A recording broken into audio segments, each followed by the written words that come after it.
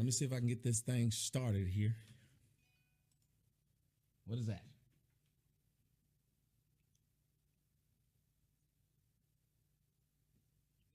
Let me know I'm live on the other channel. Hey, people on the other channel. On the one-on-one channel. If you're not seeing your comments and shit on the side of the screen, that's because we're only using, thank you, Really So. We're only using the comment section from the live show. So it's on TNN Raw, whatever, and they are not live yet. And they'll be live in 2 seconds. 1, 2. All right, they're live and you guys are live, so great. You guys are going to be a little bit behind them. So there it is. David says, where the hell have I been? Come on, man. You see all the shit I've been posting. And I got a website.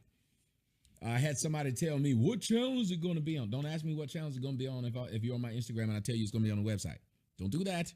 Do not do that. Hello, everyone. I'm going to try to read all the donations. If I can't, then I will read them. I will try to read them at the end of the show. I want to say this to you guys. If this is a programming note, I will be doing a call-in for Jarrett Taylor on Thursday at 7 p.m. Eastern Standard Time, 5 p.m. my time, 4 p.m. West Coast.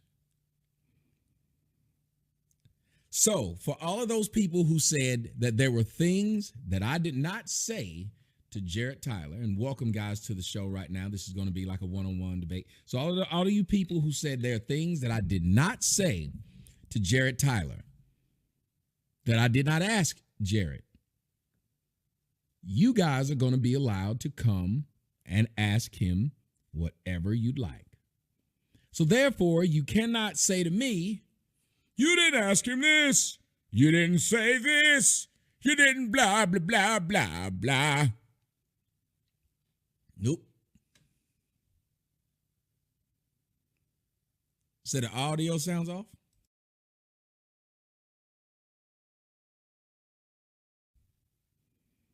Does the audio still sound off? Does the audio still sound off? Let me see how the audio sounds myself.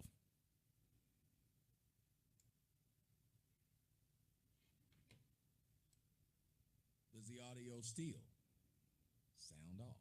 Nope. Sounds good to me. So anybody else that's having off audio, well, that has nothing to do with me. But I want to thank you guys for joining the show here and being a part of the show. Again, you'll be able to call in this Thursday. This Thursday.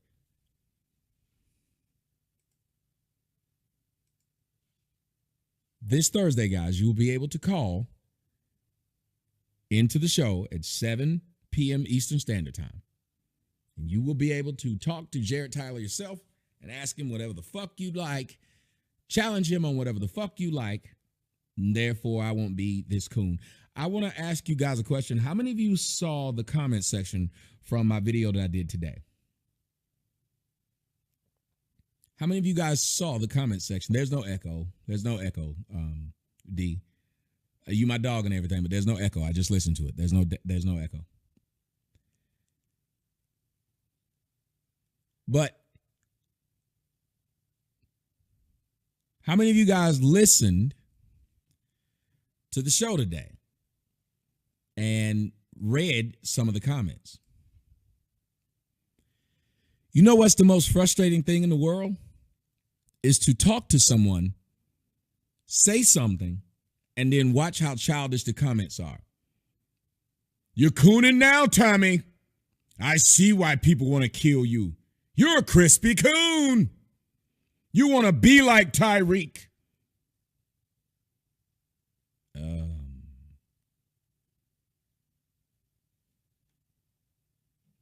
What? Why are you riding Tyreek's dick?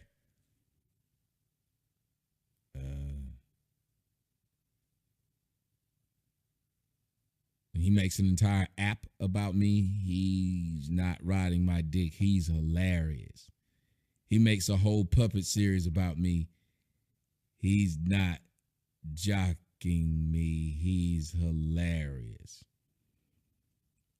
I actually took something that was sent to me, which stated the same words on his show that I got condemned for, and I'm riding his dick. A no-name YouTuber gets 100,000 views off a video talking to this white man. The people in the comment section tell me, Tyreek talked to that man. You could never talk to him. And then I talked to him, and all of a sudden, now I'm jocking this person. Oh no, you can look on there. That's all they were saying. So you told me I couldn't get the person on my show because he was on Tyreek's show, which he wasn't on Tyreek's show. Tyreek was on the White Boy show. He was on my show literally, 24 hours after you dared me that I couldn't get him. Said I couldn't get him. I was up there defending myself saying, but I had David Duke. David Duke's bigger than him. Blah, blah, blah. All these people. You had Isaiah Washington on your show. He was on Tyreek's show. What did Isaiah Washington say when he was on my show? I've known you since 2009.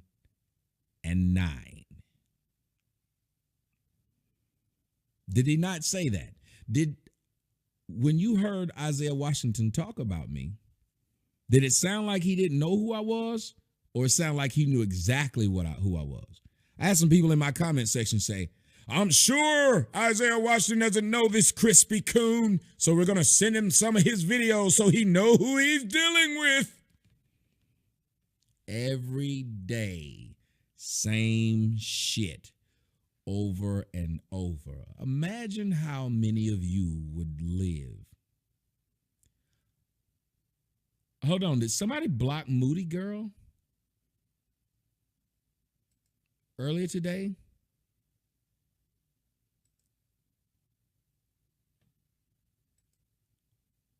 Hey,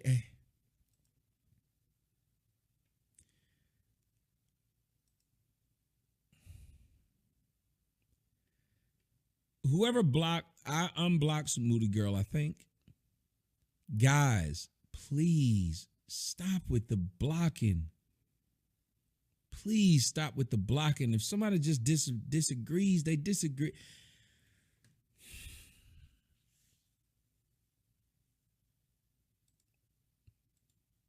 I don't think Moody Girl did anything to be blocked today. I don't think she did. She hasn't. She disagreed with me earlier, and we had no problem. Y'all got to do me a huge favor and stop that crap. I'll see people saying direct dumb shit. Why you fucking your daughter? And that shit'll slide right on through. Somebody will disagree with something and they'll get blocked. And I'm like, okay, that person asked me why am I fucking my daughter? Just keep on going. Just keep on going. Pay attention to the damn comment section. Only look for shit that's just dumb.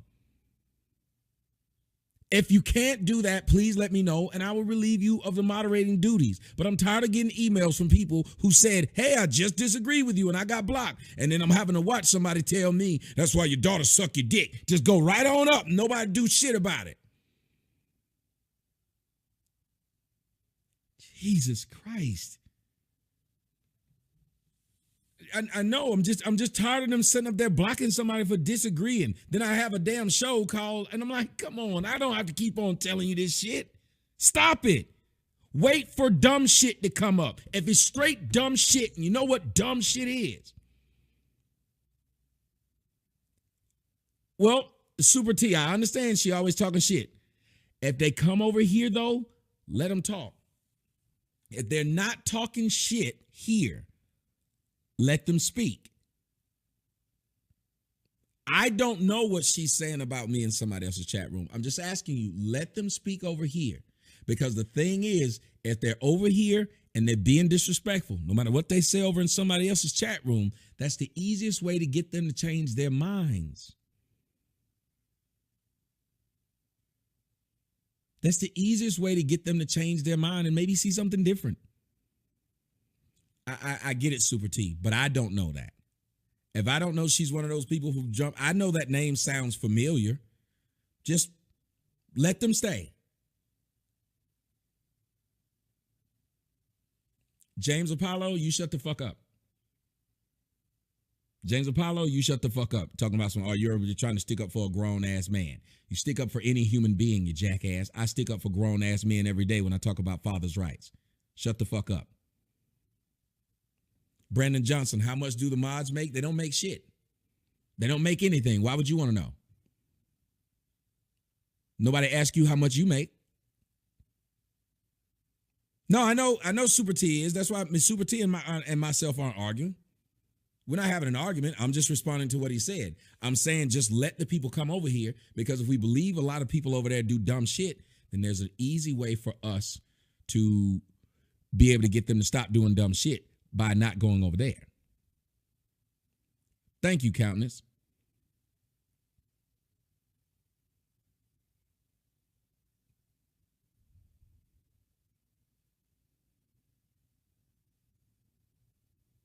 I know, Super T. It's a bunch of them. I see them.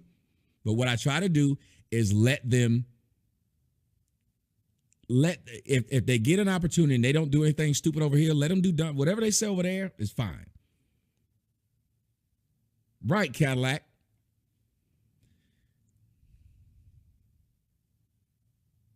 Loving Life says Super T used to be a mod for Lady La, so what's the big deal? Exactly. I don't have a problem. If I have a problem personally with those people, then I'll handle it.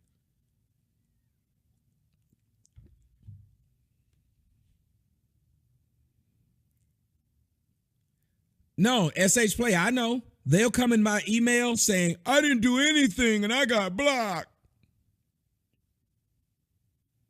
I didn't do anything and I got blocked. And I know they're lying. The thing is, if we could, like tonight, I'm giving them the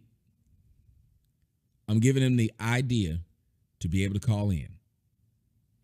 If they don't do it, this is one of those nights. If they don't call in and they're talking shit in the comment section, well, that's why you block them.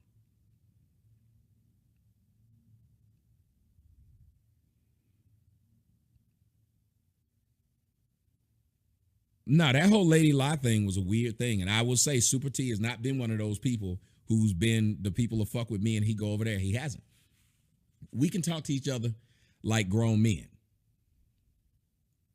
Right, Ronald. And that's what I was going to I haven't unblocked them, and it's made them mad. When they send me an email saying they got blocked, I don't care why you got blocked. Whatever you said, you got to pay to get unblocked. So I'm not going to go through all that shit trying to unblock you. That's stupid. But you guys noticed that when I did that video, a lot of people had shit to say. They had a problem. So tonight, I decided, as I said I would do last night, I'm a man of my word somewhat. Only people who have a problem with me can call in. King Abdal, shut up. King Abjah, whatever your name is, shut up. Talking about what's the damn topic. Now, you want to block somebody, that's who you block. Somebody asking what the topic is when it's written, that's who you block. That's why I was saying it's a simple thing. When somebody says, what's the topic, you block that person. It literally says debate show. Only call if you have a different opinion or question. It's a simple thing. So dumbass can't read, they don't need to be here. You block that person. You block the person who says, how do you donate, when it says it on the screen, because you know they're being stupid. The person said the debate show is the topic, question mark. Man, can you not fucking read? Black privilege. I want to talk to you for a minute, jackass. Did you only read the first 3 fucking words, or did you read the rest of the motherfucking words, sir? Huh? Seriously. Did you only read the first 3 motherfucking words? But then when you a nigga named Black Privilege, you a dumbass. You read the first 3 fucking words and stopped, didn't you? You didn't read the part where it says, only call if you have a different opinion or a fucking question. Didn't read any of that, did you, dumbass? black privilege. Sure isn't. You are right. It is not a topic. You did it isn't a topic. You're right. So I have no topic. I have no topic. You are right, sir. I'm a straight hothead. Yes.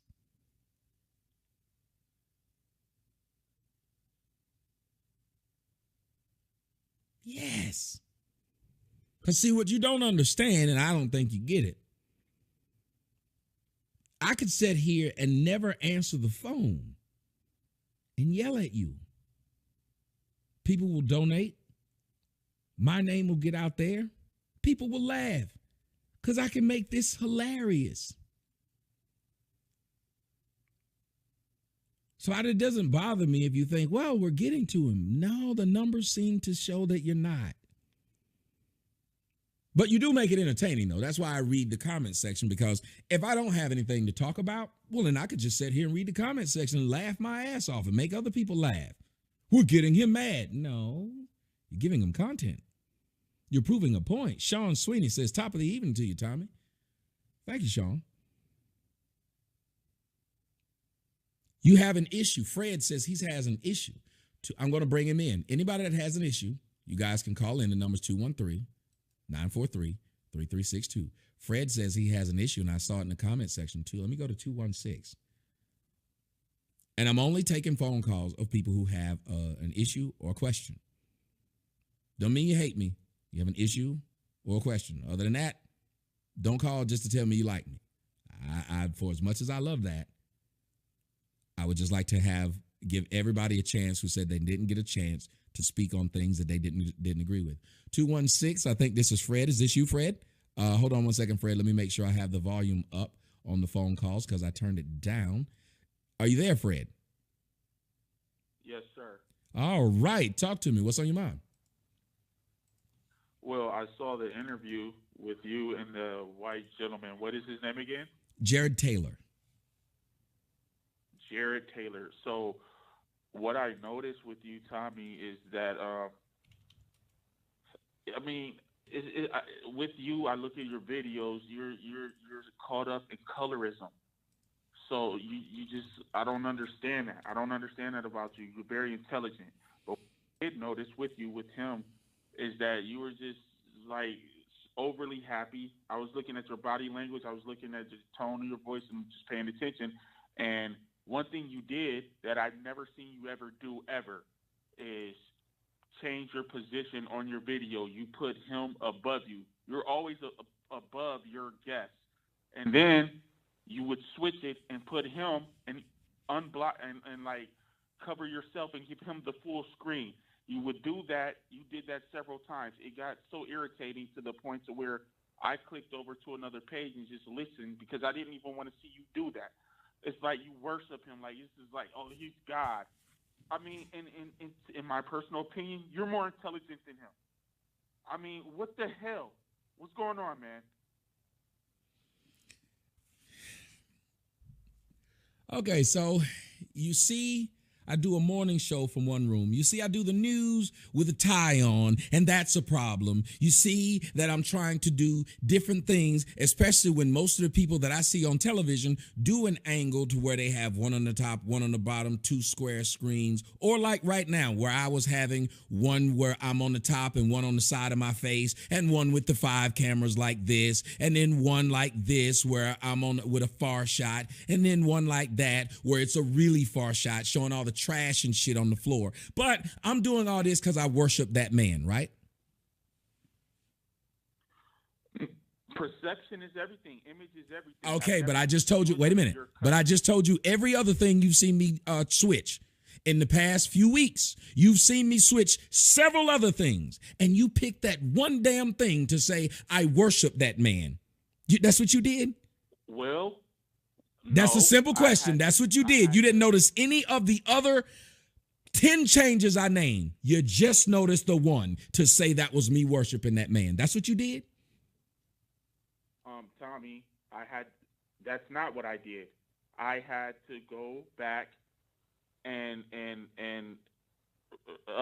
look at everything else all your video, how you've been carrying yourself, and how you act towards your other guests, and then how you act with him. Okay, so how did I act? Okay, simple question. How did I act towards the black woman who had the tattoos and the deep voice when she came on my show? How did I act towards her? And that's an excellent question. And I was pissed, and I actually got blocked. This for, like you said, this is for disagreeing. I ask you a simple question. How did I act towards her? Simple question. When you ask simple questions, I give you answers. I ask you a simple question, give me an answer. I'll give you a simple answer. You were being all super nice to her, and that pissed me off. So I was worshiping her too. So why didn't you ask me why was I worshiping her? I did, and I got blocked for doing it. Okay, what about the black woman? Okay, and then what about the black woman who called in before her with the mental disorder? How did I treat her? Who are you talking about? The one-on-one I did before. Or what about when I with Isaiah Washington? How did I treat him? How did I treat my last 5 one-on-ones? How did I treat my last 5 one-on-ones? My last 6 of them. How did I treat them? I do a lot of work. I have to stay busy. I try to catch up on all of them. I really do, and I look at all of the classics. I don't believe I saw the one with the lady with the mental disorder, and I don't believe that I saw the one with the Isaiah Washington. But I do see so much of your work, and I listen. But wouldn't that matter? But I'm just asking, wouldn't that wait? Wouldn't that matter if you're saying one interview and you want to use the word to me, saying that I worship the man? But if I can show you other videos that happen the same way prior, when you can say you did things you've never done before, and I can show you my news done differently, my morning show done differently, this show done differently. So when ESPN changed their thing from da-da-da, da-da-da, and they stopped with that intro like that, and they came up with a new one, so they were worshiping somebody because they switched it up. That's why black folks don't get anywhere, bro. No, but I'm telling you, that's why black folks don't get anywhere. Y'all niggas want me to be the same damn thing every damn day, whatever it is you want me to be. Same niggas that don't pay any bill of mine, not one. And you tell me, well, it looked like you were worshiping that man, but you don't pay attention to the fact that look at how different the regular show is. Look at how different the news is. But that didn't matter because you just wanted to pick out the one thing to try and degrade me by telling me I'm worshiping the white man because of the way the screen switched when the news did the same thing. Now you're constantly making assumptions and making me say things that I'm not. No, no. You made the assumption, sir. Sir. Who made the assumption? Sir.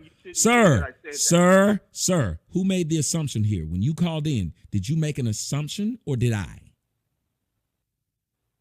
No, I'm telling you that I was looking how you were acting towards him and how you were. You didn't ask me why. You didn't say why were you, sir? If you did not make an assumption, you would have just simply asked me why. That's the lack of an assumption. But that's not what you did.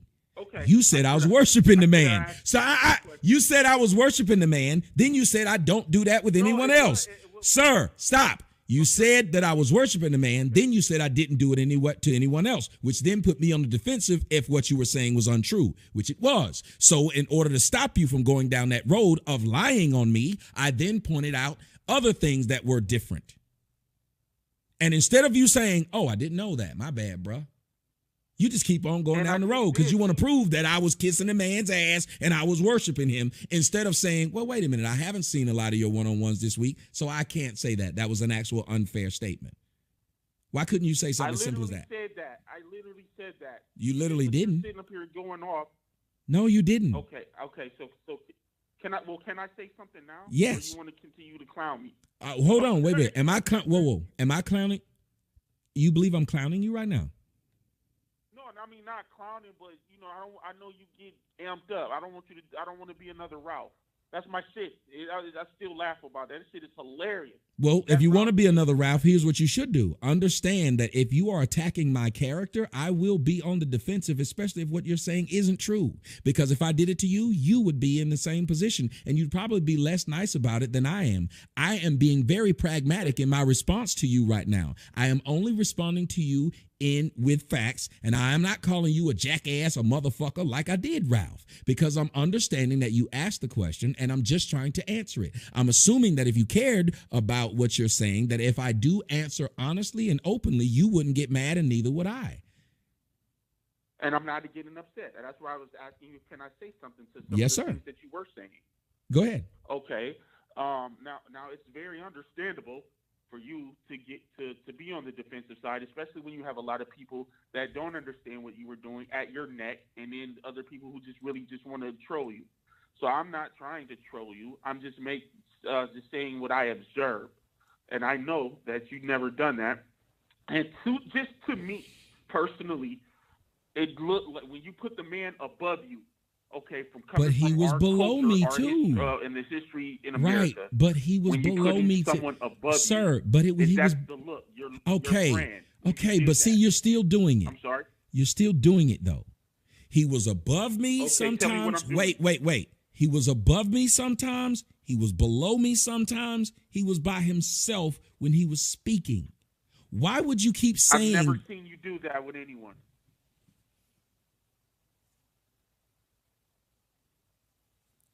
Even though I understand you said you're changing up, and that's what I was saying. That's the reason why I was trying to say. When you go watch Larry King, some of or the things that you were saying. When you go watch Larry King, or you go watch anybody else that does an interview, there's several angles, and I'm trying to make my stuff look as professional as theirs with what I have. And the one thing people like are different angles. Just like in my movie, you will see when the person's talking, sometimes it's a wide shot, sometimes it's both of us in there. And when I went back and watched the movie again, and I watched what the editor was doing, all I said was, I need to start doing that shit in the live shows. I need to make it more professional. Well, it's 2018. And my point is this. My position is this. In a type of interview like that, it could, and you know, you can see how it could be controversial to others, and how it would be sensitive to others. Given our history and how he feels at certain points, and how others may feel that of people of color. Then you have you have to be an idiot but you have to be an idiot to feel that way. When you do that, no. Listen, you have to be an idiot to look at my stuff and say, he's showing that white man a bunch of respect. When you do that for the first time with him, that's how that looks. So why? Okay, let's say So let's go. So let's break it down. Say you're telling the truth. I was worshiping that white man. No, I said that's how it looks. No, I'm saying. Oh wait, all I'm telling you is let's just say what you're saying is true. If what you're saying is true, what would that change about the discussion that was being had? I'm sorry, you were going out. What did you said? What if that was true? What? What would that change about the discussion that was being had? I mean, you had good points. He had good points. I feel like you agreed with him on some things that I wouldn't have agreed with. But I mean, listen, man. On the overall situation, I just feel like I feel personally that you big up whites. Yeah, I feel like you hate. I mean, I hate niggas too, but yet you said that you were disappointed that I was kissing the ratchet chick's ass. You said that. Oh man, that was horrible. And then I got blocked for speaking it. Stop for a second. Listen to what you just said. Hold on. Listen to what you just said. I believe you kiss white folks' ass. And you go in on niggas or put down niggas. Why would you kiss up to that man looking chick though? Hold on, listen. Hold on. I understand, sir. If I say you never date white girls, and then the next sentence say, and then you was dating that white girl, didn't I just negate the sentence I just gave prior? If my first sentence was you never date white girls, and my next sentence was I saw you dating that white girl, didn't I negate the first sentence by the second sentence? But you threw a lot of people off when you Hold did. on. When Jesus you're Christ, do clowning. Negroes He's a just DT. not He's a DT. Let's get it do correct. Negroes not know how to answer? Do Negroes not know how to answer direct ass questions? Go into your diatribe after you answer the question. I simply said, I'll try it again. Yes. Then you can go into the but. We have to get to an agreement. Yes, correct. You're correct.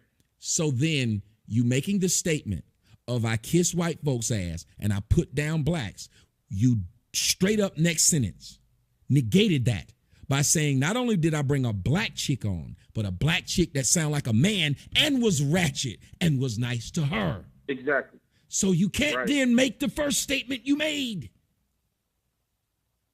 Okay, but can I say what I said? But you did throw all of us off when you did that. I don't give a shit. You can no longer say the statement anymore. If it throws you off that that Dr. Dre sucked a dick, if the first sentence you said was Dr. Dre would never suck a dick, and the next sentence you said I saw Dr. Dre sucking a dick, you just negated the first sentence, did you not? It doesn't matter what you were thinking before. Once you saw it, you didn't realize, oh shit, never thought I'd see that before. Okay, so if that's the question, why did you be nice to that goddamn tranny? Is it because you like that? Because you like toned bodies? You always you always make gay jokes and shit, references to gay shit. And First off, that girl isn't toned. Manly chick. What the First fuck? off, that girl isn't toned. Second off, I bet she looked better than anybody you date. Third off, the girl isn't a tranny. So to sit there and call her a tranny when you know she's not because you saw she had. Like a goddamn man. Okay, and you sound like a bitch. Wait a minute, but you sound like a whiny bitch right now. Seriously, sir, you sound like a whining bitch. Are you a whining? What you say? Hold on, you sound like a whining bitch. Are you a whining bitch? I'm just asking. You do sound like one. Hold on, but you do sound like one. Simple question. You said, what'd you call it? What you said that I sound is an opinion. And what you said she sound, hold on. And what you said she is your opinion. And it's not even a fact at all. You called this woman a tranny. She's not. Admit that she gets clowned and everybody thinks that she's a man so much to the point to where a nigga beat her ass. And then okay, and then the majority of my audience think you, and the majority of my audience think you're such a bitch to the point where they're telling me to cut you off. If you're gonna go by consensus, because they're your lackeys. They blocked me just for stating my opinion. Because they knew you were a bitch. Just like that. Wait. And just like that man beat. Just like that man beat that. Hold on. Just like that man beat that woman up. Just like that man beat that woman up. You cannot justify one situation that's stupid and then say that when somebody does the same thing to you for their same damn kind of opinion, it's wrong. You can't do both. So what makes me sound like a whining bitch then? Okay, I can explain it. Like Hold on, I can explain it. What makes me sound like that to you? Okay, what kind of dude are you when you sat there like right now? You asked a question. I said, okay, I can explain it. You asked that question 3 more times after asking me the question, while me trying to answer it. That would be why. When you say things like what you said, which is, well, you had him on top, and then I had me on top, but you said, well, I don't care about that. When you say you switched camera angles and you were being nice to this man. And then I pointed out I was nice to several other black chicks. Lady 404 was just as ratchet, just as tattooed up. She came on the show. I was nice to her. The woman who came on with 8 kids by different men, I was just as nice to her.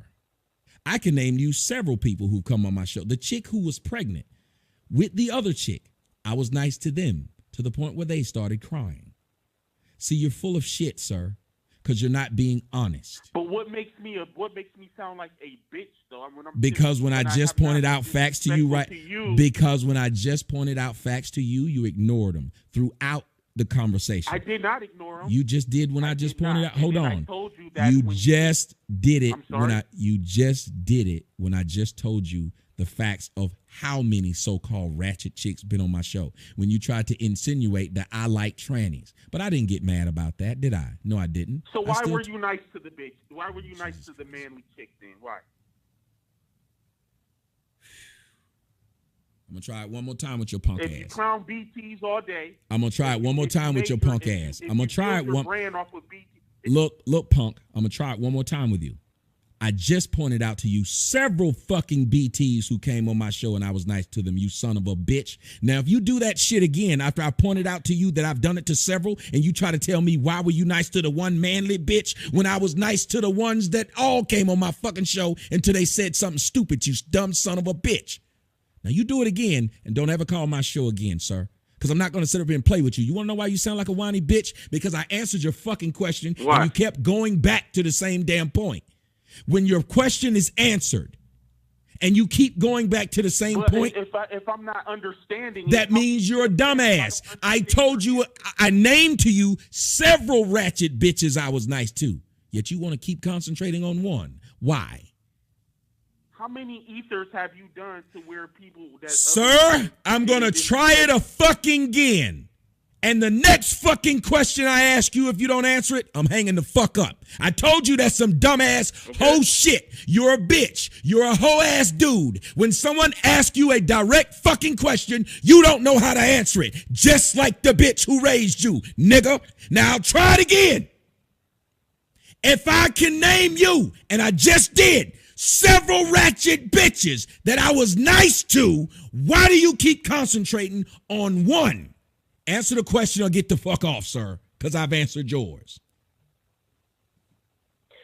Because the reason why I am focusing on the one is because I haven't seen you really be nice to those other ratchet bitches. So go look, nigga, when I just told you, when I just named them to you, I didn't just say it out in the blue where you didn't know. I told you exactly who they were. Now go look. Okay, but we're here right no. now. No, sir. If I say you've never donated to any black causes while you and I are on the phone, and you say, yes, I have. I donated to this one, that one, that one, that one. It's on my Facebook page. Should I keep on talking to you or should I go fucking look? Simple question. Look. Okay, see, he don't know how to answer it. Look. Okay, you say, okay, you're saying I should go look. Okay, cool. I think that's what you're saying. Right, I'm trying to make sure. Okay, so when I just named you, all those people, and you got people in the comment section doing the exact same thing, telling you he was not, was one of them said the nigga was nice to Sansaray. I really was. Why would you continue down this damn thing trying to talk about this one woman when it's been proven that there's been several women I've done this to? Why would you do this? Because it's confusing. Because first of all, you're telling me now, and that's fine. But what I'm telling you is that I've been following you for at least about 3 years now. I've seen several of your videos, so I've never seen you do that. Okay, I'll look. Okay, but if you've been following me for several years and you claim you've never seen me do it. If you've been following me for several years and saying, if you've been following me for several years and then to claim you've never seen me do it, that's bullshit. Number one. Number two, since I started this shit, what I say versus when I'm ranting and what I say versus when I'm allowing the person I'm ranting on to speak are two different things. See, the reason you're watching me and not being a presenter like me, and the reason the rest of the niggas don't know how to do anything right, because they don't understand the difference between me ranting about something I saw, me talking to someone so they can explain what it is I saw, and me debating someone. They're each different. Just like a soliloquy is different than a monologue, is different than a dialogue, sir. Although words are being spoken on each. Because you niggas don't know the difference between something and you want someone to act the same way every time you see them. When you're making references like that and then I speak on you putting the white man in the full screen and you call me a nigger, which I'm not. I'm actually a black person. No, because you're trying to tell me that I should do things the way you want. So what makes you better than me, Tommy? I will tell you why. What makes you better than me? I can explain it. All right, go ahead. Sure. Because I haven't disrespected you, but you actually hold on. And I still won't disrespect you. Go ahead. When you say you haven't disrespected me, how many times have I had to ask you? I have not. First off, you said and insinuated that I'm into trannies. Did you not? Don't play. Told you what it looked like. To No. I asked you a simple question. All right, fuck answering your question, because now you're being intellectually disingenuous. You did, and you kept doing it. You kept doing it. And then even when I said it in a nice way, I said, you're trying to be smart with me, but I'm going to still answer it in a nice way. And you didn't stop doing it. You kept doing it. If you ain't seen me with a tranny or fuck a tranny, then stop trying to put that shit out in the fucking universe, you dick. That's a female, you fucking asshole. The bitch got 2 kids, you son of a bitch. So that every time you keep on calling that bitch a tranny, I don't know, she didn't look like no tranny. And I guarantee you, if you show me your girlfriend, she look worse than that girl. I guarantee you. Go ahead. Send me a picture of who you dating. Send me a picture of what the girl looks like that you're dating. Because the girl sounds like she has a deep ass voice. She don't look like no damn tranny. She don't look like no tranny. She sounds with a deep ass voice. So now you know what my girl looks like, and you know. See, now you on some other shit. You know what? Wait a minute. You don't think you're on some other shit? You don't think you're on some other shit? You don't think you were on any other shit by continuing to insinuate that I'm into trannies? You don't think that was some other shit? Nigga, if you was in the regular man's face, he'd have whooped your ass.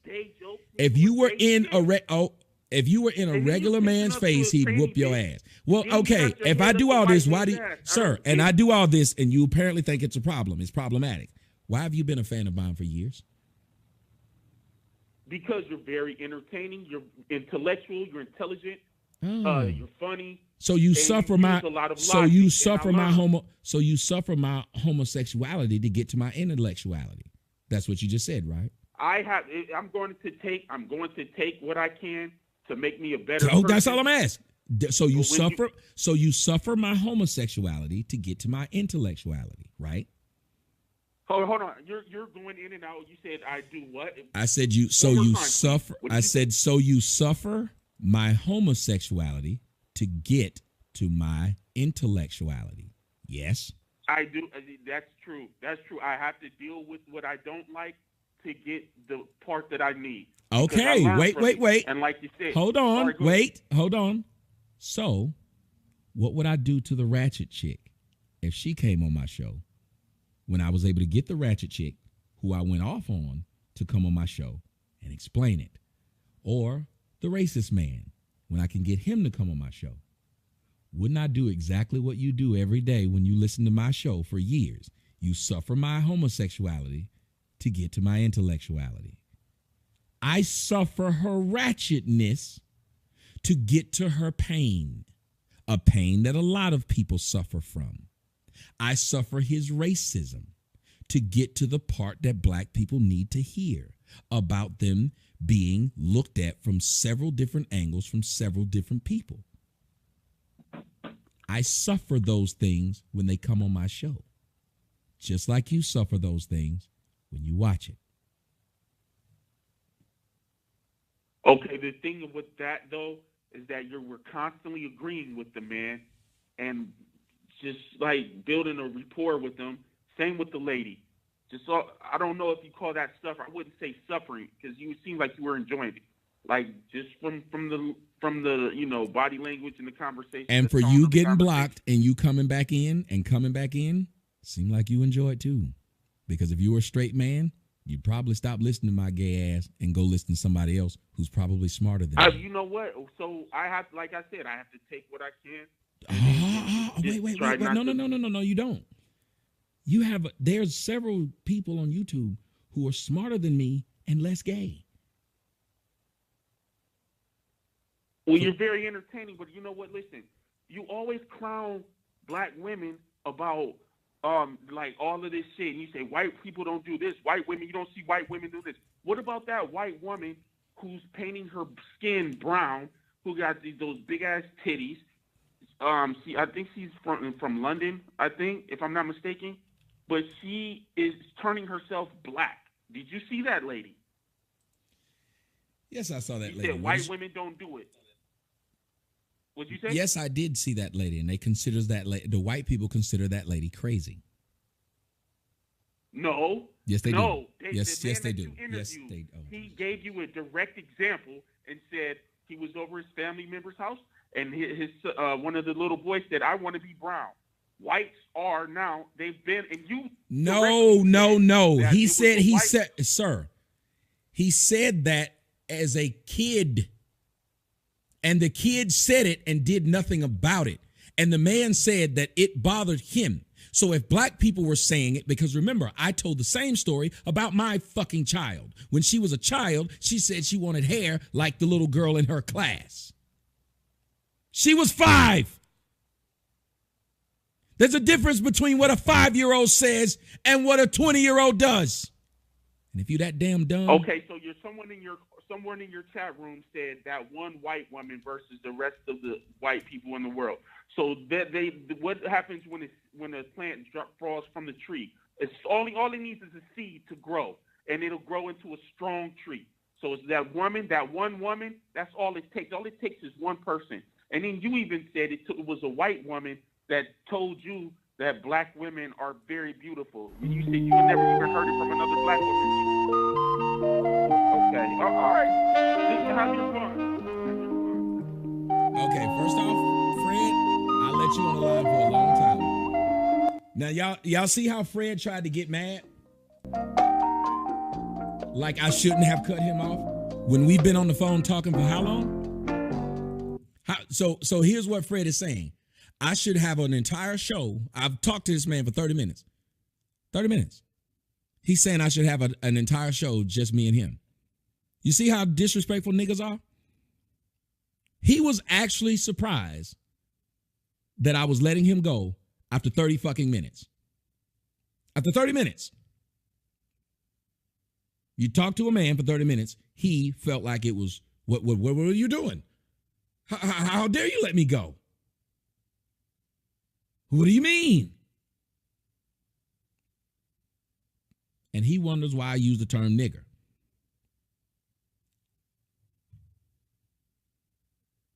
All these people on the line, but I should keep talking to Fred about the same old bullshit because he can name one woman who's been on television and white people think she's crazy as fuck.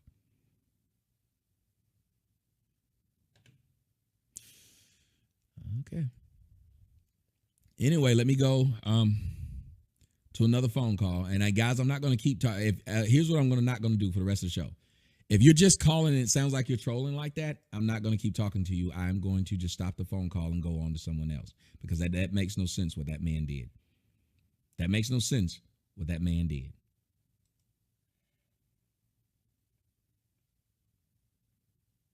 You got a problem with gay people? I'm gay. Stop watching me. Don't try to ask me not to be gay. Don't try to ask me not to like trannies because I like trannies and I like white men and I worship them. So either you like watching me like trannies and white men or you'd stop watching me. Audience, is that fair? 478 caller. What's going on? Yeah, what's going on tonight, Tom? Not much. What's on your mind? What's your disagreement or question?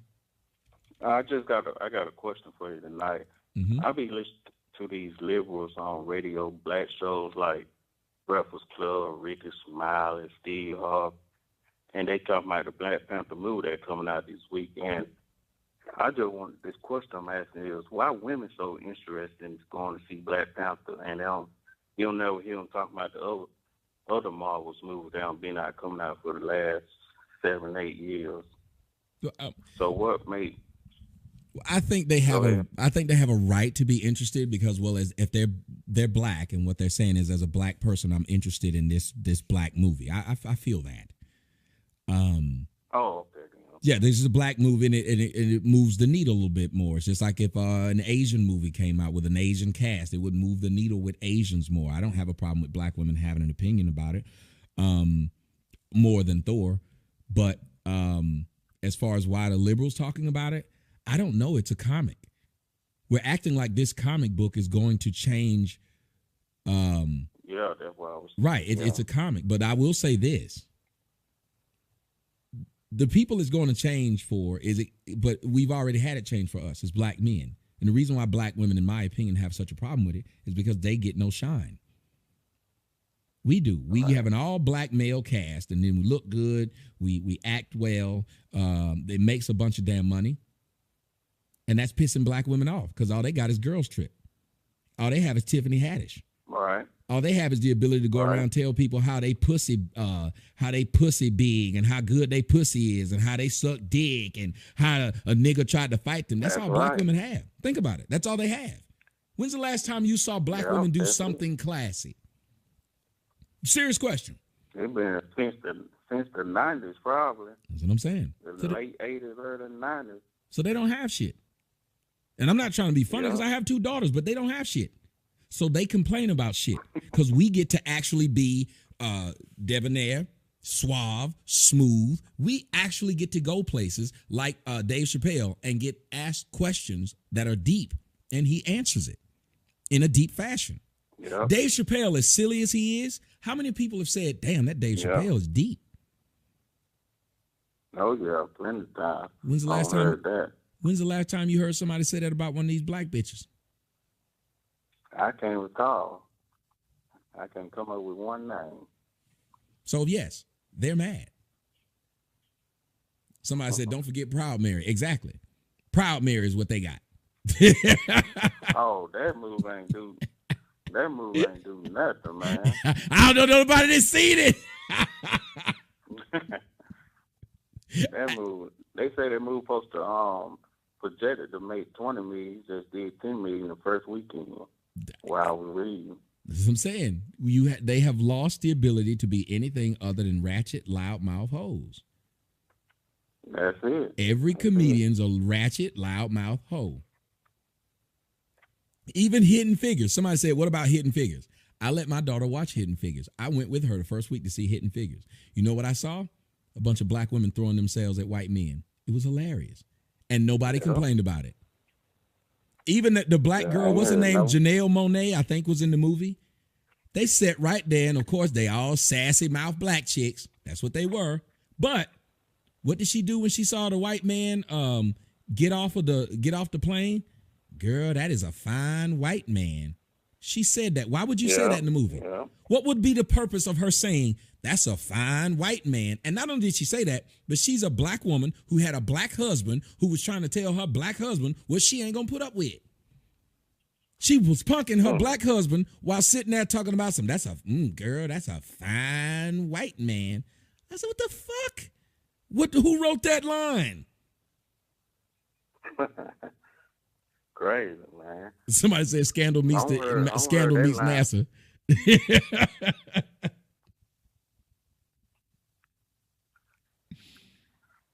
Yeah, man, I ain't gonna hold you up. I'll just call and, see what your thoughts about that. Yeah. But I just look at it as we have to ignore black women, and that's why I always make the stories and then I laugh, because what black women are doing is they are jealous. Black men get to walk around looking like black men. Look at Idris Elba. Idris Elba walks around looking like black men, a black man, gray in his face and all. Yep. Who did he get? The 29. Who did he get engaged to though? A 29-year-old hair hat. She got to walk around with somebody. Did you see that video that they put up of that? I'm going to do it probably later on tonight because I'm going to be up for a while since I slept during the day.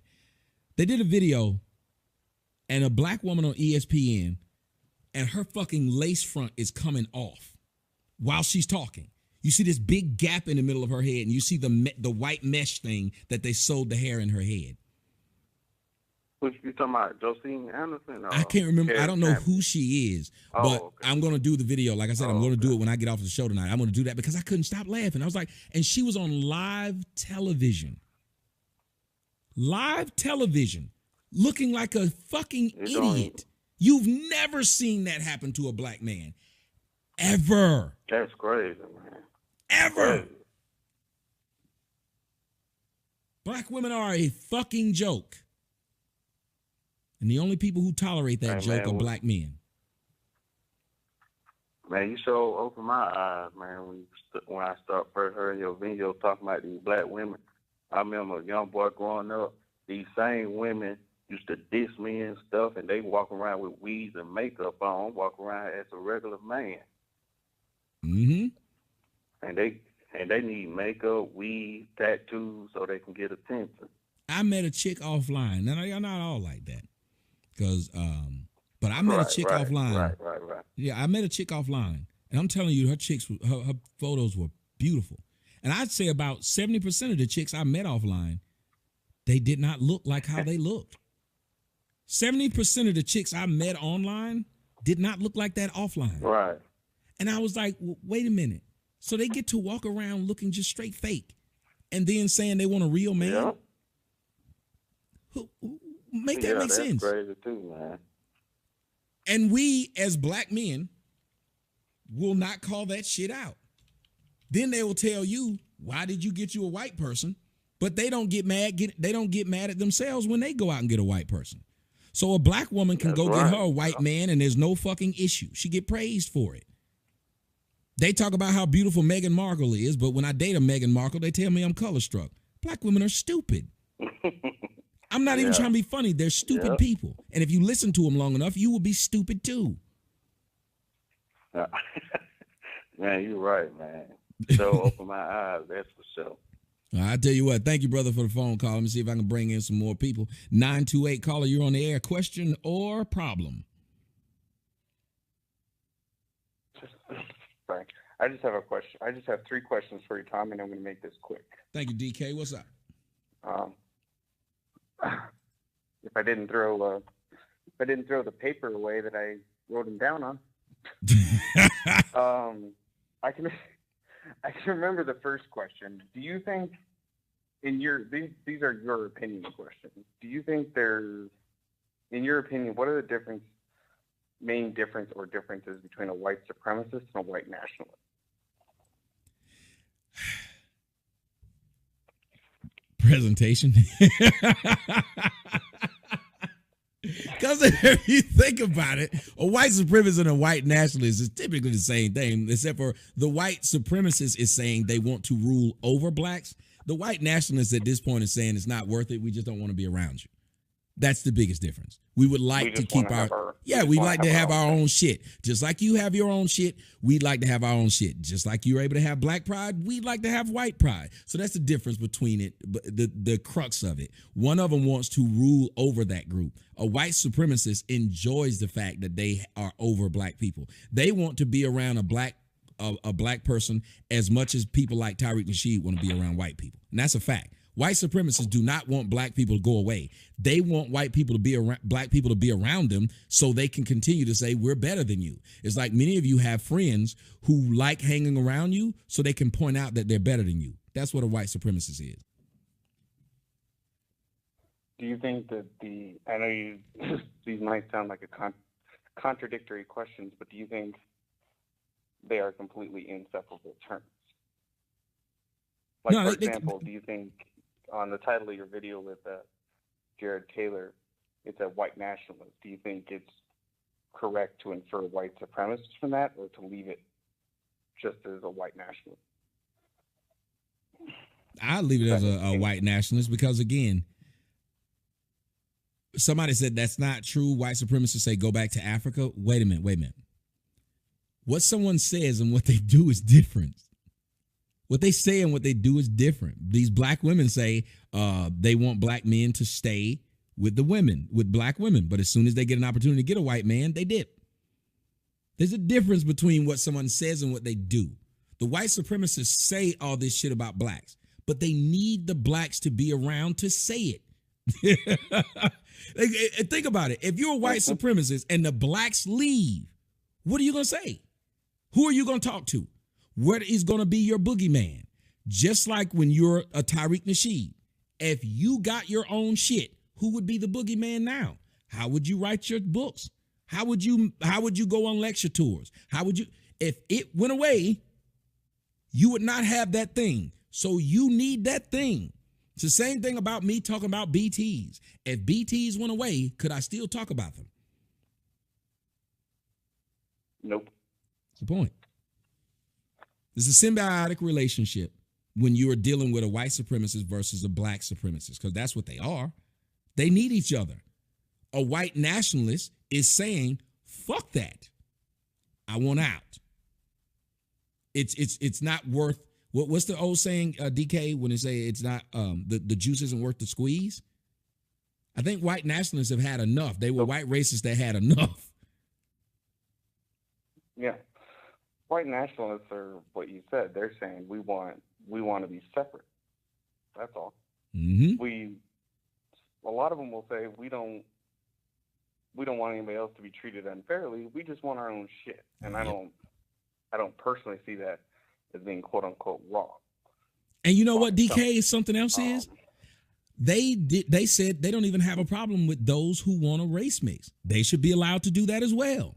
They didn't say all whites should be kept away from blacks and all blacks should be kept away from whites. They said that they should have their own little section. And I actually believe that, because if you go to a swingers club, which I've never been, I just heard.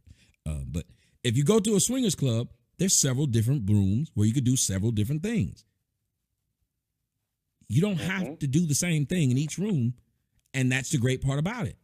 So why is it that there's no, somebody said a racial version of MGTOW? Exactly. That was perfect. UFO was perfect. A racial version of MGTOW. They're not telling people that they shouldn't be with women. They're just saying that they're not. They're not telling people they shouldn't marry women. They're just saying that they're not. Why is that a problem? Go ahead, DK. White people have become the only people on the planet who can't say we want our own shit. Mm-hmm. And the justification I've heard, and I'll get to my last question after I say this. What I've heard is people say, "Well, you guys are 70% of the country, so you already have it." I'm like, all right, well, I'll give you an example. If I'm a person who wants to live in a 95% white community, they're saying I shouldn't have the right to do that. I should want to live wherever everybody else is. Mm-hmm. Like, no, I should be able to live where I want. I should be allowed to live where I feel comfortable. And the group that you are in is the group you feel comfortable with. Therefore, that's probably where you're going to live. Mm-hmm. And like you and I, very cool people. We pretty much text probably 3 times a day. But I would never begrudge you for saying, well, I want my children to kind of look like me. Because most people want their children to look like them. I don't understand that. Mm-hmm. I watch television and I've seen athletes who look just like their fathers because I remember their fathers playing. And to me, that's the most endearing thing, to be like, wow, he looks just like his dad. Why would a person want to wipe out their own them? That's one of the great parts about having kids, to see the little mini you. But we're telling white people they don't have the right to want to see the little mini you. You and I are cool, but that doesn't mean you got to be with a black woman to be cool with me. You and I are cool, but that doesn't mean you have to live next door to me to be cool with me. This is a stupid thought, especially when you have people like the Nation of Islam who then preach black separatism. Why is it that everybody else can preach separatism except whites? I'll ask you. I think it's because, as I said, it kind of falls into what somebody said to me previously. They say we run every major institution in the country, so we already have our own stuff. Well, we have all the institutions. So you're not wrong. Well, what you're telling me in that statement, as I said before, is I can't live in a white community if I want to. That's basically what they're saying. Now, that's hard when you have 70% of one race of people, but they're telling me, and I'll tell you this, I would lose everything I have if I ever thought in my head to wear a shirt that said white pride. Mm-hmm. I'd lose everything. You'd have white people coming up to you. You'd have those white liberals coming up to you yelling at you.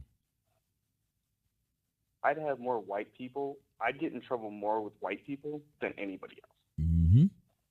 Yep. And that's how I'd lose everything, because the community I live in is over 90% white. So, I believe in being fair. It's perfectly into what I was. Well, go ahead, ask your question. I'm sorry. I was just saying I believe in being fair. I've seen some crazy fuckers on the internet saying that any white person who wants their children to look like them, like I do, and I'll say it, I want my children to be white and look like me. I don't see that as a problem, but there are some crazy people on the internet who would say, "Oh, that person's a white nationalist." So I know you don't agree with that, based on the conversation we had. But my question was, when did we get to the point to where somebody not wanting to see, for lack of a better term, their race of people die off? I think, and I don't agree with Jared Taylor on a few things, but I agree with him that why would a white person want to see their race of people die off or be in that trend? Why would we want this? Because I'm not sitting here saying I want other races of people to die off. I just want to preserve what is I you. kind of agree with Jared Taylor when he says, I just want to preserve my own. Yep. And I think that can go across any, like, if I'm saying I want to preserve, let's say by some anomaly, the female birth rate was 90% and the male birth rate was 10%. So males were slowly dying out. Would it be wrong to say, maybe I might use scientific advances and say I'm going to go have a couple male children? Mm-hmm. Do that gender selection crap they had. That wouldn't be wrong. But let me point something out to you. Let me point something out to you. Go ahead. There's these people called the Aboriginals in Australia. And what are the white people doing? Trying to help them preserve who they are, trying to help them keep their numbers up. Mm-hmm. So why is it okay that we do this for animals and we do it for other humans? We do it for human culture, but we can't do it. But white people must accept being wiped out. They must want it. They must welcome it. Maybe those crazy ass liberals will accept it because they seem to be the ones that push it more than anybody else. But I'll leave you with this, and I'll say, I very rarely listen to the whole, we're going to breed them out argument, like you had a couple people on the show last night say, I believe. I very rarely listen to that argument because that's going to take at least 200 to 300 years. With the amount of white people I know personally with multiple children, and I'm just one person, that's going to take hundreds of years. And you also have to assume that white people are just going to somehow, by some miracle, stop having children with each other. That's how that would have to go. Yeah. And so I just want you, well, first I want to say thank you for the call and thank you for what you were stating. And I want to say, yes, I agree with you 100%. I agree with you 100%. And I'm tired of people trying to have a problem. Like somebody in the comment section called you DK. They said, he's racist. I'm like, what? It's stupid that we have these thoughts that one group of people must acquiesce to being wiped out. And I said it in the show with Jared. Once you tell me to my face, I'm trying to wipe you out, I'd fight against that too. I don't hate you, but I'm not going to let you wipe me out. And if you're telling me that that's what you're trying to do on purpose, we got a problem. 973, caller, you're on the air. And there's a person watching the show right now. Hold on. There's a person that watching the show right now. Your name is Kenya. You kept on talking. You need to get out. Anybody who's talking, I will bring you on the show. I'm going to make this thing last as long as it takes to get all the phone calls on. Go ahead. 973. Yeah, you picked up at the right time. That we won. That's the war, bro. I'm taking that, bro. If you can get me off of whatever it is, can you just talk straight into the phone because your phone is muffled? Can you get me off of Bluetooth or speaker or whatever you're on and just talk to me straight through the phone? Yeah, you hear me now? A little better. It's still muffled, Hello? but go ahead. Hello? Yeah, go ahead. You walk, but the main thing is that it's like in life, period. Like they came up, we made them. They came up and said we need to, and color and race glass and put everybody. All right, I can't do it. Your fault. You got to go. You try to call back from a different number. 205. Caller, you're on the air. Oh yeah, Tommy. This Junior from Birmingham, yo. What up? Talk to me. What's your disagreement or question? Oh, it's like I listen to all your shit beside this one thing, man. Mm-hmm. Like you getting old girl fired from T-Mobile like that, man. I just can't take food out of nobody's mouth. Like that's always just gonna be, I guess, like some fuck nigga shit. In my opinion, sir. Let me ask you a question. Did I get her fired or did she get her fired? Serious question. I feel like you got her fired. Okay, explain. Because like you was giving out the T-Mobile store information. How did I get her information?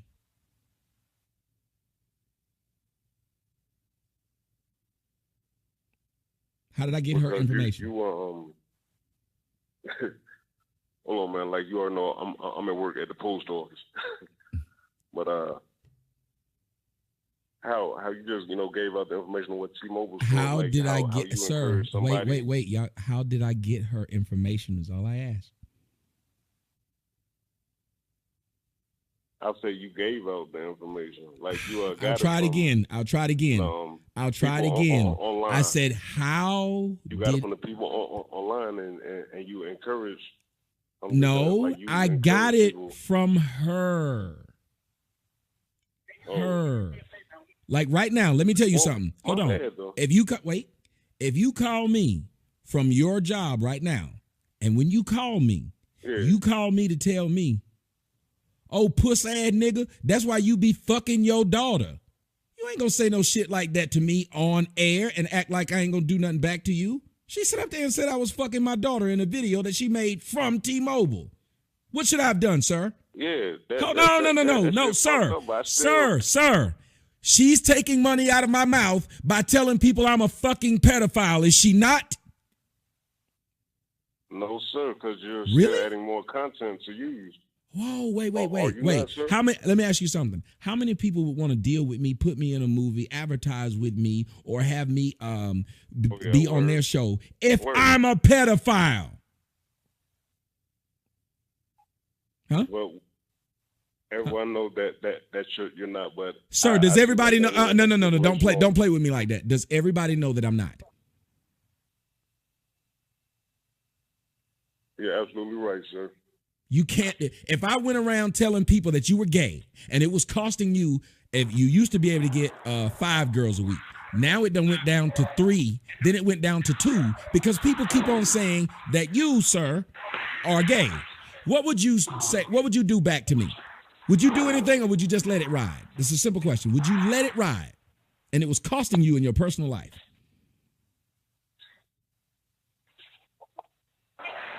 Hey, sir, I think he put me on hold. But I'll finish with him because he put me on hold or he had to drop me off. He's at work.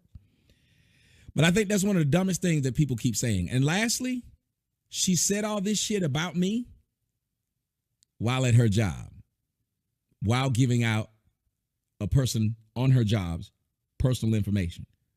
Are y'all going to really keep on trying to act like I took money out of this girl's mouth?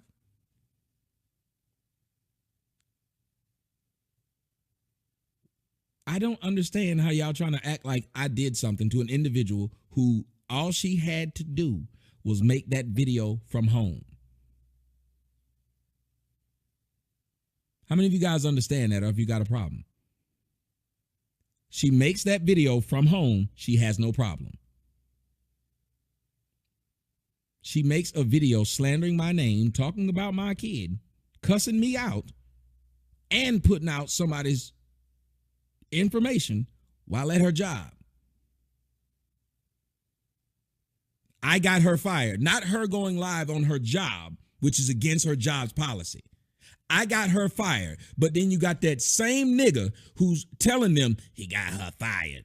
It's the same nigga that's saying, we took down his Facebook because it's against the policies. We took down blah, blah, blah because it's against the policies. If you wanted to stay on Instagram, shouldn't have went against their policies. If you wanted to stay on Facebook, shouldn't have went against their policies. If you wanted to stay on GoFundMe, shouldn't have went against their policies. He got Charita Gringard fired. Y'all understand how fucked up this is? Motherfucker called CPS and sent him to my house because he said he think I'm doing something to my kid. Motherfucker said he want to make it to where I can only see my kid through visitation. And then turn around and act like, how dare you do that to Charita Wingard? She didn't do nothing to you. Really? She didn't do anything to me, huh? She did nothing. So you can spend every day trying to make sure we fuck up his money. But somebody who actually did something, you want to take up for them? She didn't do nothing to you. All she did was get online and go hey live from Metro PCS store and give out somebody's number and talk shit about you and say that you was fucking your daughter, but she didn't do nothing wrong. What? What? Yeah, I got his Instagram taken down. Yeah, we got his Twitter taken down. You shouldn't have been violating the policies.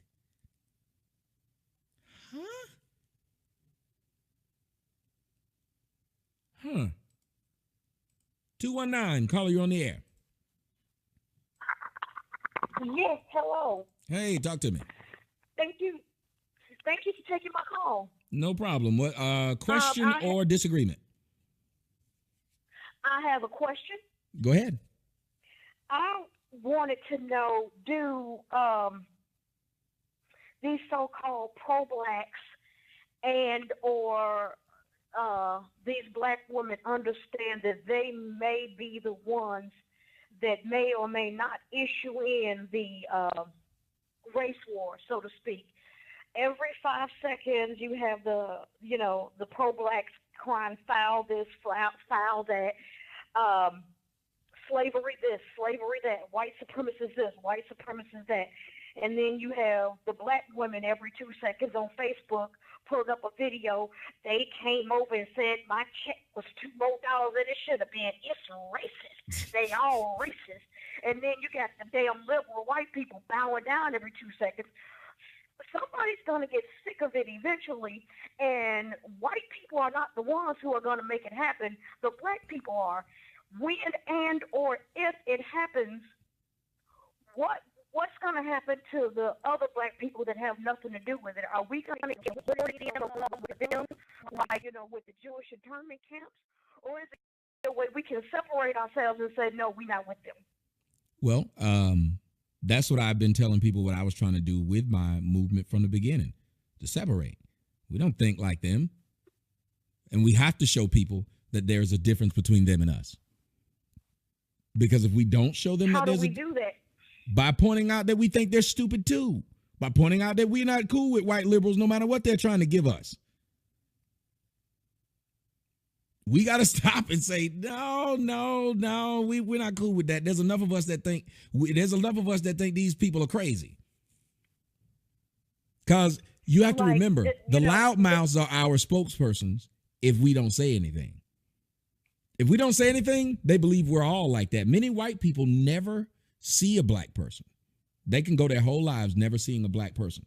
They only know about black people. There's many of them went to school, never seen a black person. There's many of them went to college, maybe saw a couple on campus, but didn't interact with them like that. There's many of them went to jobs.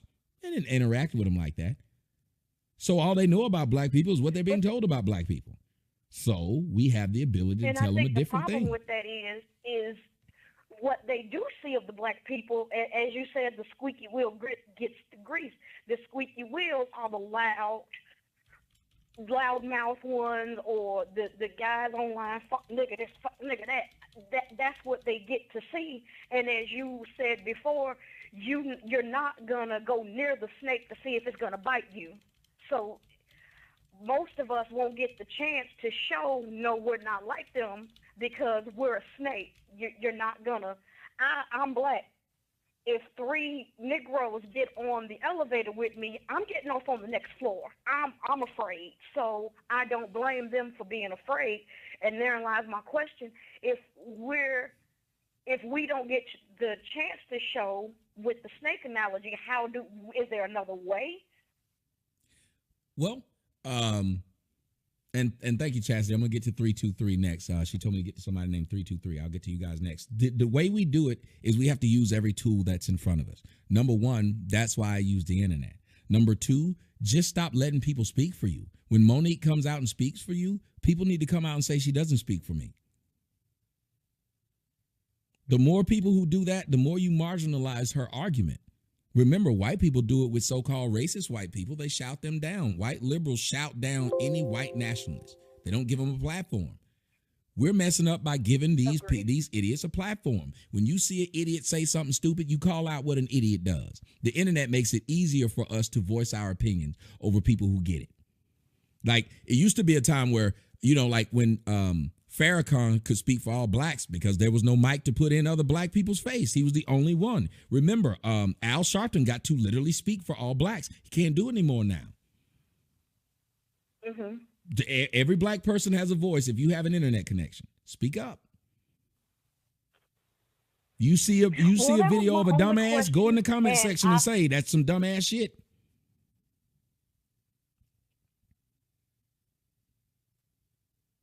Well, that was my only question, and I thank you so much for taking my call. I'm a huge fan.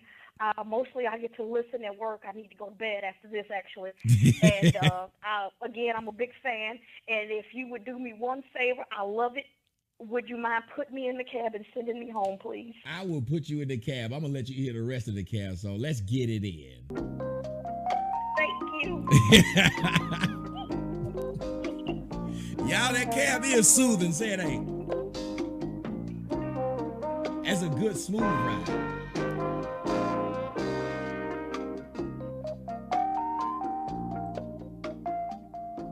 Got me feeling like Tony Danza up in this bitch.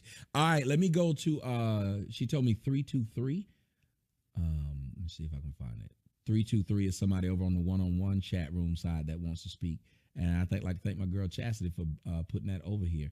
And remember, guys, if you're calling from this, I don't see 323 on the line, Chas. 323 must have dropped off. There was somebody in the other chat room called Patrick Spurlock. 716.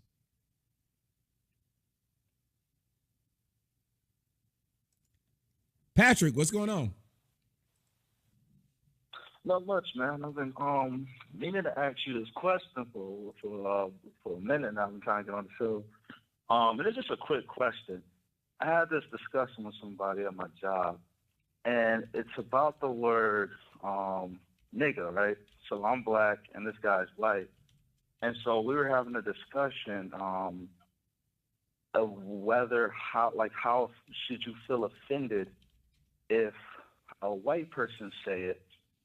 And I was listening to one of your shows, and you were saying basically if you say it shouldn't offend you if someone say it because we didn't come up with the word. We white people, you started calling us that first, so we probably call each other like it's a cool word to say. But I noticed and I'm just saying I noticed in one of your videos you said, if he say nigga, that pissed me off. So I'm confused. How is it? It's so hard to I don't know how to perceive that word. I'm just trying to figure it out. If a white person say, should we really be mad or no? You know what I'm saying? Look, I understand that as it's always been a problem with me. As a hothead, yes, things will offend you. Me trying to tell you what should or shouldn't offend you is something where I'm trying to put a governor on you, but I can't technically make you not be offended because I'm offended by shit. There's plenty of shit, and I've said it openly. I wish I had the countenance of somebody like Jesse Lee Peterson when I didn't get so upset. Like when that guy called earlier, I should have never let that guy talk for 30 minutes because he kept insinuating that I'm somehow kissing white people's ass and I'm laying up with trannies. Why would I let that bother me? Yeah. We have to get out of that stuff because we'll get bogged. Well, that was. We'll get bogged down in minutiae. Yeah, what that I'm was telling you. Yeah, that was my main question because I never understood. I just and I don't know, black people keep telling me yo, if someone, because I had this argument, they're like, yo, will someone walk up to you and say, nigga, you ain't gonna hit them in the face or you ain't gonna check them? And I'm like, yo, that don't make me soft because I don't get mad about stuff like that. And I just, every black person. You shouldn't. It's not worth it. Let me tell you why it's not worth it. Let me tell you why it's not worth it. Because the white person, I said you shouldn't. Okay. And let me tell you why it's not worth it. And it shouldn't bother you. Because the white person who's saying that to you has no real power. That's why they said it to you. The white person who calls you a nigger has no real power. That's why they said it, to try to get you to lose your cool. Any white person that calls you a nigger, they're doing it because they have no real power. Because white people who have power, they don't say nigger. They don't need to. They put that power over you. They fuck up your living arrangement. They fuck up your work arrangement. They fuck up your ability to be able to just straight live. They're not going around calling you nigger. Wow, that's damn. I never thought about it like that. Mm-hmm. You ever notice that it's the brokest motherfuckers that call you? You ever notice that it's the brokest motherfuckers, the people who don't have shit, that's up there calling you a nigger to your face? That's up there saying nigga out in public. It's people who don't have shit. They know that word will make them feel better than you. And if they see you get mad, they did. That's why I always said I like to be white for a day. Because we have no word to piss them off like that. No, we don't. But I would love to be. When I say fuck you, nigga, the person don't get mad at me because I said nigga. They got mad because I said fuck you. Me saying nigga didn't bother them. But if I was white and I said, fuck you, nigger, do you understand that they wouldn't even hear the fuck you? They just heard the nigger. Yeah, that's crazy. That's like I know I seen this. I forgot who it was, but it's funny you said that because I seen this sketch comedy, and it was like he said the same thing you say. He was like, yeah, you know, you ever walk up to someone, you can say anything about their mama, but then as soon as they heard that word nigger, they don't give a fuck about anything you said about their mama. They don't give a fuck what you say about them. You just hear that word nigger, it just gets them going. So I'm like, damn. So that's definitely on point. Right, oh, so yeah, go ahead. And I was gonna say, so, and what I was gonna say, I just got lost of words. Oh, by the way, it's pronounced Spruill. Everyone gets my last name on Spruill, like just straight up Spruill. Okay. Everyone says Spruill or Screw. But yeah, man, I've been a fan of yours for a while, man. I try to get that out there, but I've been a fan of you for a while, man. Keep doing your thing, man. And I like what who's that guy you're talking to, Isaiah Washington? Yeah. I like what he said to you about like when you were talking to him. A lot of people, like I said, they I don't know. I'm not if I'm paraphrasing it right, but a lot of people just want to get to you because they want to attach themselves to you. Everybody want to be a leech, man. So I like it better when you talk about real issues. No, no offense. I like all your shit, but I like it when you get on real topics versus the beefs. You know what I mean? No, I agree with you. These beefs have done nothing but help the people who are in beefs with me, but it didn't help me. So I'm going back to whatever it is that I know, and it's hard for me to get the look. I got the look. I got the Ed 209 in me. I got that fucking chip. I see that. I got that chip. I can't sit up here and lie. It's just like I heard somebody tell a lie. You can't call other people simp when you's a simp. I was like, I sit up there and said that I'm the original simp, just like the Madden King. These words came from me, not to somebody else. So now you're just sitting around lying. Oh man, yo, and that's what I noticed too. A lot of real quick, a lot of people don't realize it. Like, yeah, other people might say what you said, whatever, or they might claim they said it before you.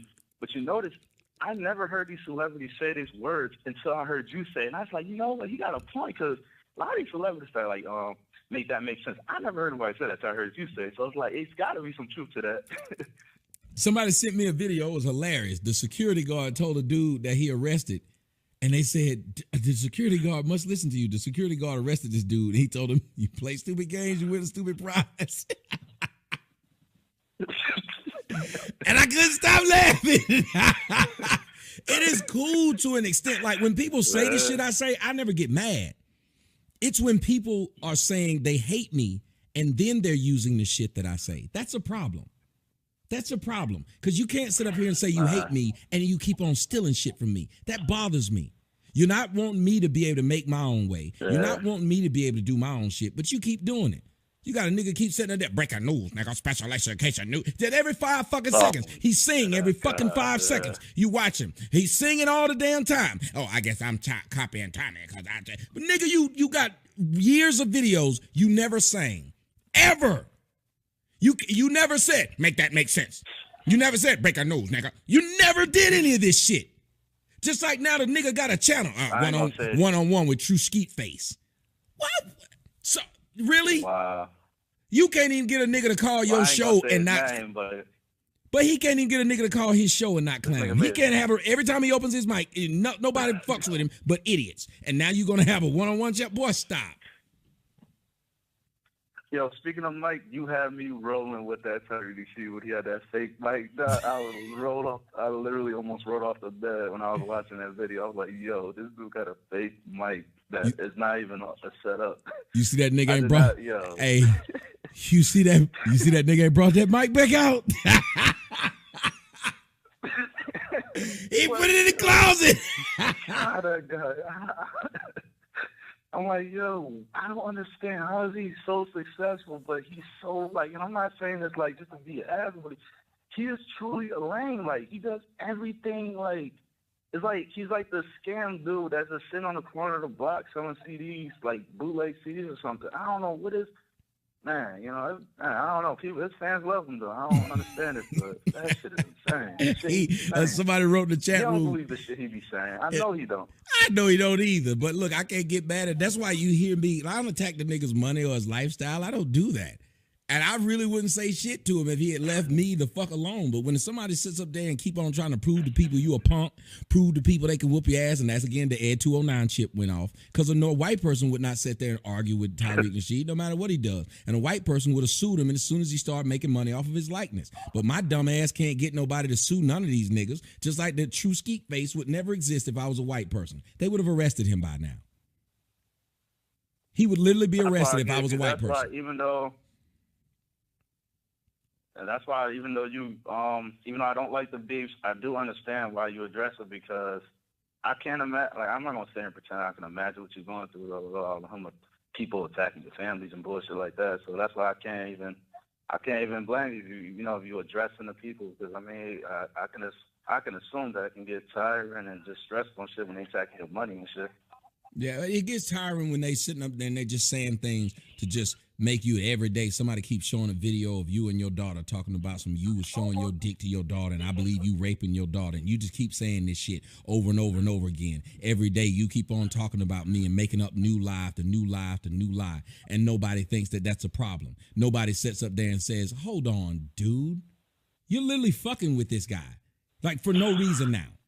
Like, for no reason. You wake up every day to fuck with this person. That's my problem, though. Again, the Ed 209 chip made me have to speak to people when the common sense would have been, leave this motherfucker alone. This nigga's crazy. Leave him alone. He's going to do what he do. Either you get the laws on him or you leave him alone. And I hate that the laws won't do shit for me, so I'm screwed. The motherfucker gets to keep threatening my life and doing all kind of shit. So, well, thank you, brother. Go ahead. Get off here. I want to say though, like I said, I've been a big fan. I don't know if you're ever gonna come to Buffalo. I don't know if that's like on your list. I mean, it's cool. It's not like a big city, but you know, you got Niagara Falls and shit like that. If you do come through, I definitely want to. I'm definitely gonna buy a ticket to see you live. If not, then I'm gonna make my way down to New York City. Hopefully, if you're still on the tour this summer, I don't know if you're doing it or not. Yes, and definitely we're going to be in New York, but where outside of New York is going to dictate, because remember, I'm not Monique, so everything I do is dictated on if people buy the tickets, I go. If they don't, that's what happened the last tour. We didn't go to Miami because I have a rule. If I'm only doing 300 seats, I should at least sell 250. If I can sell 250, I can do the show. And what I'll plan on doing this year is I'll do like 300 seats. And if they get bigger than 300 seats, I'll move bigger than that. I don't mind being smaller because I think like 150 is still a good number. 150 people to watch, because that's an all right number. But if it just keeps getting bigger, then I'll just keep moving the venues, because I have to pay for all the thing is, people don't understand, I have to pay for all this stuff up front. So I'm paying for it up front. It's not like somebody sponsoring me. When I did my own tour, that all came out of my own pocket. So for every people to say, he went here and they didn't do shit, all that shit came out of my own pocket. So when it comes out of my own pocket, the travel, the filming, and all of that shit, then I would need to know at least when I put up the dates, how much is being sold. Once it gets sold, if it gets bigger, we'll move it to a bigger venue. But yes, that's what I will do, Timothy. But I won't even sell it to Netflix. It's something I'll just sell on my website. I came to Houston, sold it out. 150 in Houston, 150 in Dallas, sold both out. Probably could do more. I didn't know what I was doing. I didn't know how many people wanted to see me. So when they sold out, I was like, so it would be cool to see if maybe I move it to a bigger venue and see what happens. But we'll put it all up. We'll put all the dates up. People can buy the tickets. If they sell, I'll go. And the great part about it, like people who went to Dallas and the people who went to Houston said, they'll tell you, it was 2 different shows. You don't get the same show with me. It's the same thing as this. I could do this same show tomorrow, same topic, same everything. You will get a different dialogue because I don't write anything down. I will cater. When I did comedy, I catered it to the audience. Let me see if I can move on to another phone call. 609, caller, you're on the air. 609, caller, you're on the air. Hello. Hey, what's up? All right, 609, caller, you're not on the air. 702, caller, you're on the air. Hello? Yes, sir. Hey, what's going on, Simon? Not much. What is your discussion? Nah, I just want to let you know, man, you got one of the best shows that's on YouTube, man. I appreciate a lot of things that you do. You give callers the opportunity to express their feelings and they grease with you. But at the end of the day, I want to just know, like, what's your end goal with your show as far as everything goes? Well, to educate people. That's all I want to be able to do. Give people the idea of to be able to have free thought, to understand that you do not have that black people, white people, no gay people, straight people are not a monolith. You can look at situations and examine them for yourself. You don't need to have this group think. There is no reason for it, because that's why we're not getting anywhere, because everybody has group think. Group think is good in some situations and bad in most situations. Let me tell you why. Because when you have group think and you don't think for yourself, you will carry out an order that doesn't even make sense or that you didn't even question. And by the time you're done carrying out that order, you then realize you fucked up. Right. But you do understand white people have this mindset, though, that you're speaking of. That I'm doing what? They fear. I'm sorry. What you said that you said white people have a mindset that I'm doing what? No, white people have this mindset that you're talking about. Like, they have this group, think tank, to where they able to operate because they are together. Mexicans and Asians are the same way. Black people are the only people that don't have this mindset. And you being heavily melanated, I just if you believe white like, people are together, if you believe in that white people are together, maybe you should look up the history of world wars. No, of course, in different parts of the world, are we speaking just of America, or are we just talking well, you overall? Said, hold on, but it sounded like you were talking about overall, because you said white people are together. If white people are together, why are there Democrats and Republicans? If white people are together, why were there abolitionists and slave traders? If white people are together, They have kind of the same goals. You have overt and covert. You know what I mean? Like, it's just the goals are the same. So you're saying 700,000 white people killed 700,000 people because they had the same goal? Because they had what? The same goal? The Civil War. 700,000 of them died because they had the same goal? Possibly, and at the end game, possibly yes. Maybe everybody wasn't on code. I just feel like I want to speak more in the terms of today, because that's basically where we at right now, right? Because people hate when we go back to slavery, so I don't understand why we would go back to the Cold War or anything like that. How far can we go back? Because if we look at today, you have some white people who believe in race mixing and who will kick other white people's ass for saying it's wrong.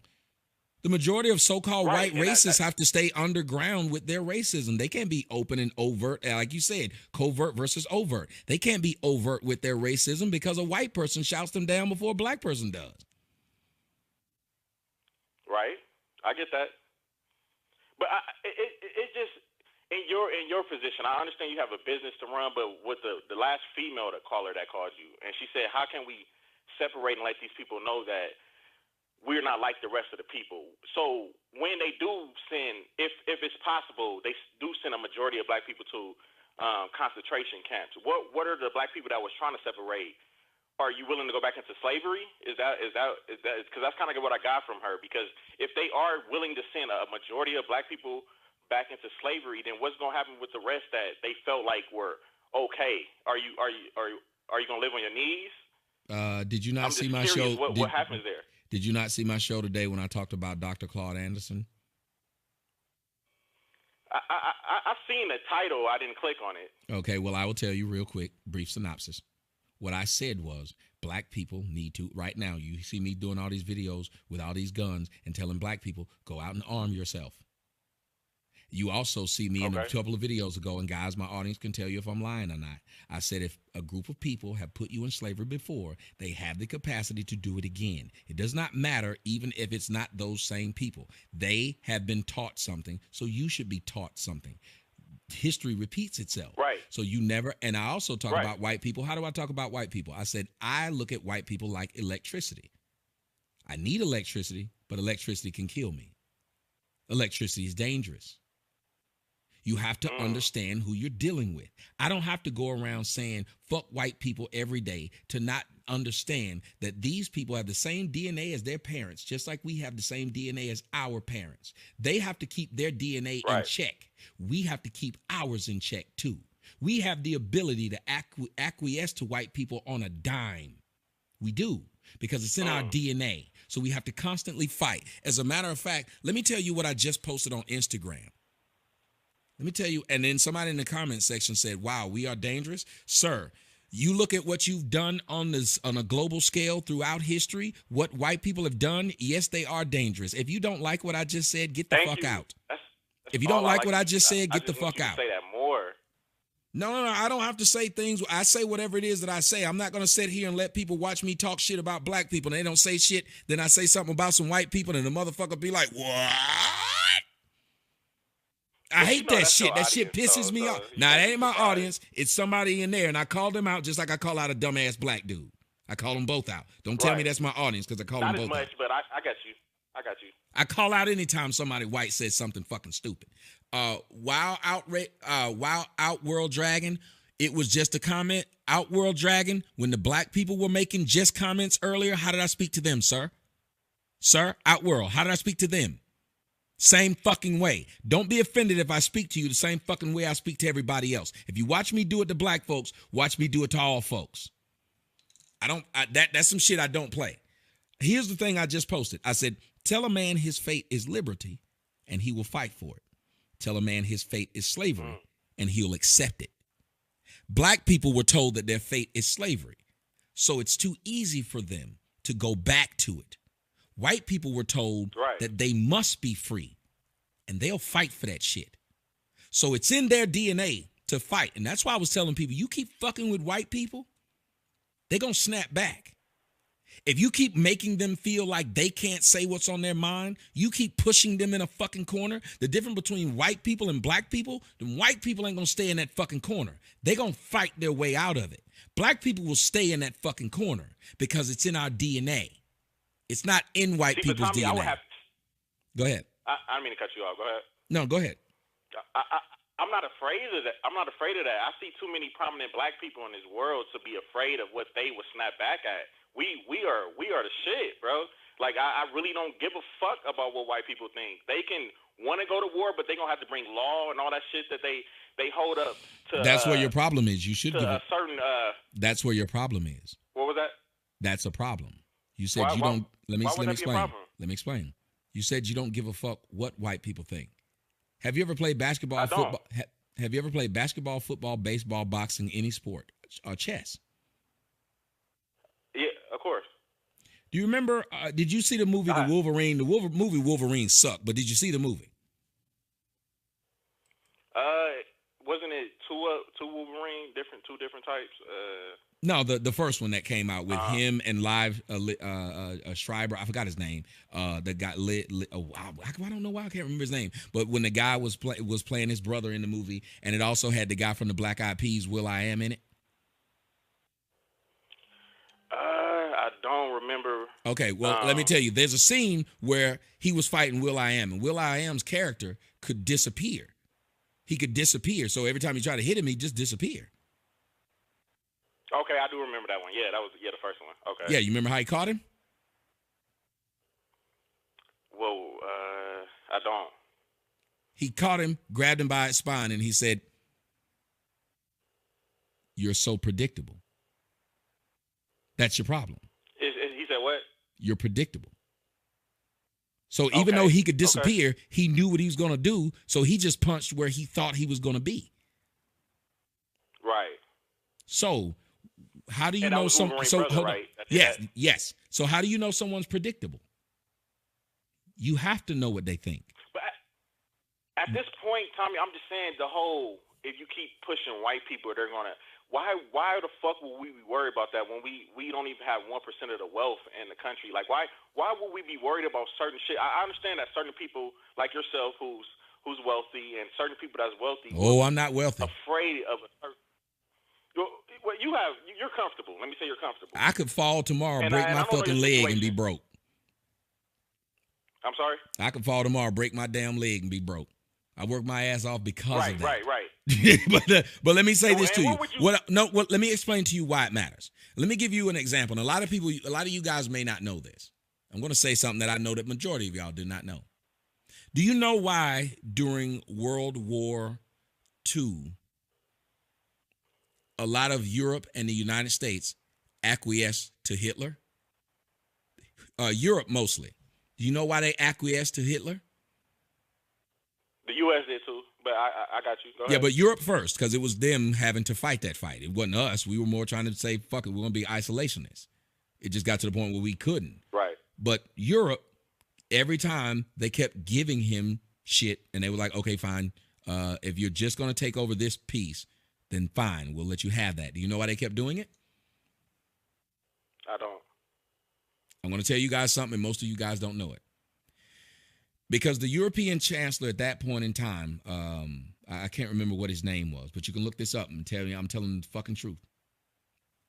They had not built up enough military to where they could fight. So in order to not let Hitler know, which Hitler knew, but in order to not let Hitler know they couldn't fight him, they pretended they were going to, okay, well, you can have this, but you got to stop there or we're going to fight you. They didn't have the weaponry. They didn't have the forces built up. So while they were letting him take shit, they were having to rush and hurry to build because they couldn't fight him. The reason I give you that example is that's where black people are. So sometimes you got to. No, exactly. So sometimes you got to let the people who you know have more firepower than you at least feel like they're negotiating with you, because if they realize that you're undermanned like that, then they just might run your ass over.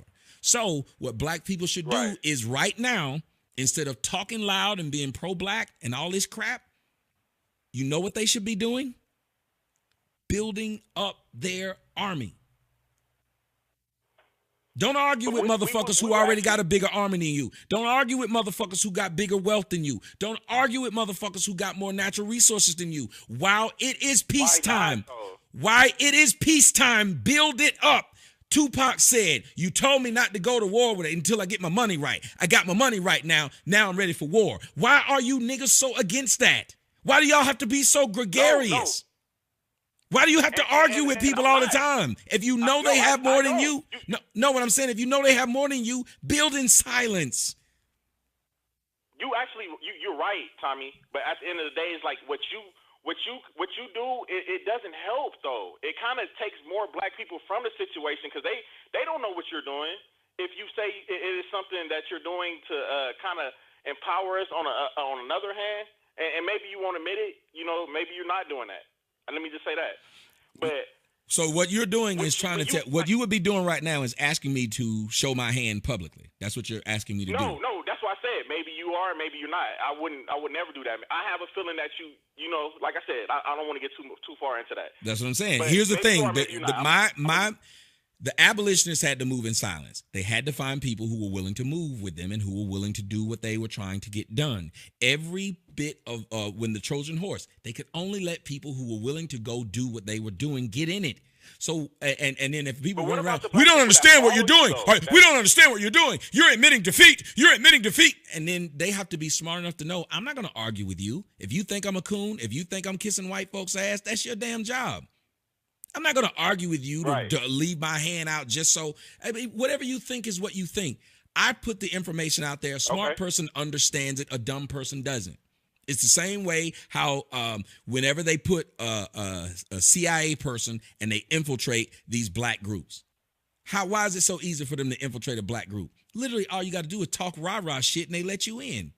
That's how dumb black people are. Right. And I'm not trying to be funny, but if you look at the True Skeet Face, the person who makes videos about me, he don't even see them people who call into his show. Yeah, I hate Tommy. I hate Tommy. And he go right on along with him. Yeah, you my dog, man. You my dude. You ain't never met this person. I could have literally sent that person over here. It's the dumbest shit in the world. But most niggas are dumb, and when somebody's rah-rah, they go along with rah-rah. Well, not me. They are. I don't like rah-rah. Rah-rah gets you killed. That's why if you listen to Tyreek, that's too much talk in the public. That's stupid. No, it's not, though, because you have to empower your people at the same time, though. You can't. If we had 100 of views, we will basically probably end up in slavery sucking white dick. And I'm not saying that that's your end goal. You know what I mean? That's why I asked you at the beginning of the conversation, what was your end goal? But I'm just saying, we got to have a Tyreek. We got to have a Zoe Williams. And I just name different people platforms on your show. So if people were, so let me get this straight. So let me get this straight. You don't see Tyreek with guns. You don't see Tyreek advocating black people get armed. You see me doing it, but somehow hold on. You see me doing it though, but somehow you'll end up sucking white dick following me and not him.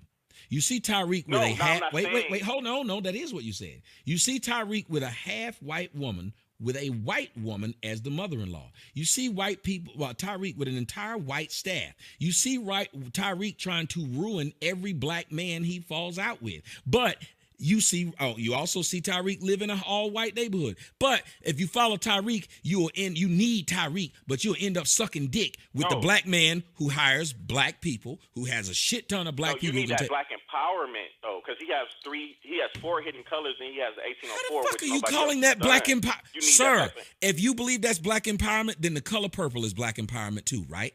No, I knew about the information before he came out with it. But I'm asking you a question, sir. Is the movie Amistad black empowerment? The movie Amistad? Not at all. Why not? Well, I just feel like we're in a subservient position the whole movie, so I don't see how that would be in black empowerment. He's basically giving you your history and letting you know. Okay, well, I see what you're saying. I kind of see what you're saying now. I see what you're saying, but these are white people doing these movies. And what I'm saying is these are white people doing these same movies that got people all rah, rah, rah, and yeah, man, these white people are bad. When you watch Roots, you know who had black people mad enough? A Time to Kill. Do you know who had black people glad at the end of that movie that the white boys got what they deserve? It's a fucking white movie. Stop saying that a damn movie is black empowerment when the black man doesn't live what he's doing. It empowered the Jews. It empowered everybody that got paid off of it. You don't know no niggas that got paid off his movie. How the fuck is that black empowerment? But you walked away and you felt good. Do you remember being a kid when you watched Karate Kid? Didn't you feel good at the end of that fucking movie? Went around kicking shit, didn't you? Do you have a black belt? Right. Don't do that, man. You give this nigga credit for what he did on film with white people's help. You won't give me credit for what I'm doing in real fucking life.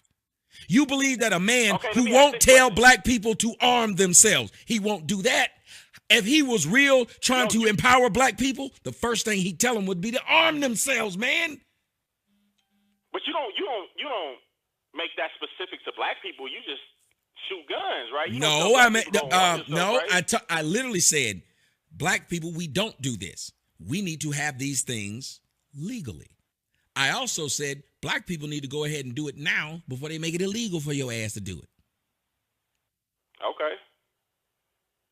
I've never heard you say that. I just actually see you at the gun range. Because I don't have to be stupid enough to sit there. Because I don't have to be a dumbass enough every 5 seconds to say this. Don't you think black people who see me doing certain things, just like the niggas who saw me on YouTube and thought I got rich off YouTube, how many niggas started making YouTube videos after that, sir? Even your boy Tyreek. Even your boy Tyreek is now trying to do YouTube now when he made fun of me doing YouTube. Right. Ain't that odd? And I didn't have to run around saying, I'm black, y'all, I'm black, y'all, I'm blacker than black, and I'm black, y'all. You saw somebody who looked like you and you wanted to do it. That's how you move in silence. I shouldn't have to jump up every 5 fucking seconds saying, I'm black and I got a gun and niggas need guns. I can agree with that. I can agree with you, bro.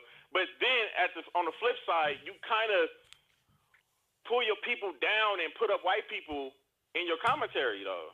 It's not really no empowerment within it. So a feeble mind would think that, oh, yeah, Tommy said that black people ain't shit, niggas ain't shit, let me move around white people and blase, blase. You know what I mean? It's not a lot of people that's going to just see the imagery and then and catch on to it. Let me tell you, let me tell you something about this man named Joe Kennedy. Joe Kennedy had a son named Joseph Kennedy Jr. He also had a son called John Fitzgerald Kennedy. Do you know what he did when John Fitzgerald said he wanted to go to Princeton? Do you know what he said to his son? Because what's that?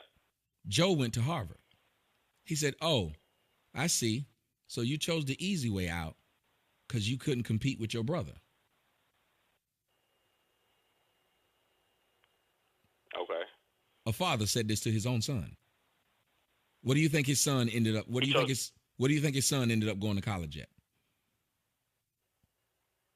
I have no idea. He went to Harvard to do what? To prove to his dad, I'm not afraid of my brother. He ended up president. He ended up a war hero when he should have never even been in the fucking war because his back was fucked up and he was too skinny. A lot of people don't understand JFK was only given, I think, 2 weeks to live at one point in his life. That's how fucked up JFK was. His body was breaking down on him as a teenager. They did not expect him to live into his 20s. Let me explain to you why I said this. Because you want people willing to prove you wrong to fight.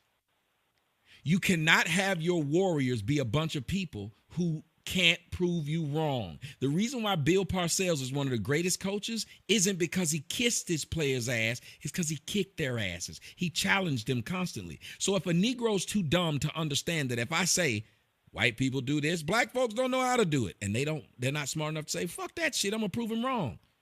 Then why would you want that to be a person to fight with you? Why would you want that to be a person that you tell your plans to? Think about it. The motherfucker ain't even willing to put in the work. I want people who are willing to put in the work. I want to be challenged. When a girl tells you, hey, look, I'm used to niggas who can fuck me 30 minutes, at least for 30 minutes. You got to give me 30 minutes a dick. Would you take that as a challenge or would you walk away? That'd be a challenge. That's what I'm saying. And you'll probably end up giving her some of the best sex of your life because you know what the baseline is and you want to exceed it. So if I'm telling people what the baseline is, because remember, if you believe you are oppressed by whites, who do you have to beat? Who do you have to beat? Shit, I don't know. If you believe you're oppressed by whites, if you believe the Golden State Warriors are the best team in the league, who do you have to beat to win the championship? You said who do you have to beat? Yes. Or beat? Beat, B-E-A-T. Okay. The Golden State Warriors. That's right. So if you believe white people are above you and you believe they're holding you down, you have to beat them. And in order to beat them... That's the problem. I don't think that they're above... That's what I'm trying to tell you, though. Like, we have to beat them now, though. It's no win. It's kind of like you saying, we got to prepare for war. No, we got to go. We got to go now. Like, not actually go out killing people and doing all this shit, but we got to show strength now. We can't be being like it's just. You know how you show strength, sir? You know how you show strength? You show strength by building your businesses, building your families. Right. Hold on, not right. But we don't have to. Not right, because the black man you're talking about has done nothing but try to destroy other black men, and you call that empowerment. Depending on what type of black person that is. Like you say, it's niggas. Okay, I will say it to you again. You have seen him do nothing but go after black people. No whites. Who? Tyreek. Name a white person he took down. Name one is all I'm asking. Well, I've seen debates. Sir, that's not what I asked. Sir, nope, not gonna let you do it. Not gonna let you do it. Name a white person he took down. Like he's taken down these blacks. Wait. Like he jump up and tell you he's ruined these blacks' lives. He's told you this. He brags on it. I've ruined their lives. They can't go do lectures no more. They can't make money no more. They are irrelevant now. Name a white person he said that about is all I'm asking. Well, I can't because you I can't. can't. You can't. If you can't. I'm not just talking about Umar Johnson. He's named several people he's done this to. He's never named a white person he's done this to. Zaza Ali, but why are you doing this, man? What my point is, has he ever done it to a white person? It's like you won't answer the question. Yes. That's all I'm asking. You can name black people. I don't care if you can name two of them. If the man is for the empowerment of his people, name the white person he's done that to. It's all I'm asking. Please. That he stopped from lecturing? Oh, Jesus. That he's destroyed any of his career, and he's going back and telling you that guy can't do what he used to do because I destroyed him. He hasn't destroyed anybody's career. That's my thing. I said, but he has said that he's done it to black folks. He's even said it about me. Has he not? Oh, Jesus. Ask me a question. I answer it. You will not answer it. I said to you simply, fuck what you think he's done. Fuck that I'm still doing YouTube videos. I asked you a fucking question. What came out of his mouth? What came from his mouth? Has he showed up at anybody else's fucking Vlad interview? Have you seen that shit? Has he done it to a white person? Has he threatened to have a white person killed? Has he threatened to fuck up? Has he put out a white person's information like he did that black dude shit? Huh? I haven't. So you don't want to listen to that shit. And you want to tell me that nigga's a revolutionary, but if you listen to me, you'll be sucking white dick. You did. You said that nigga is a revolutionary, but if they listen to me, if it was 10 more, you said if there were 10 more of me, they'd be sucking black dick is what you fucking said. Because the but I can show you the nigga. How can we separate and keep from going to a concentration? But I can show you the nigga who set up there and openly says he's destroying blacks. And you think that motherfucker's empowering black people. The nigga who goes home to a hat.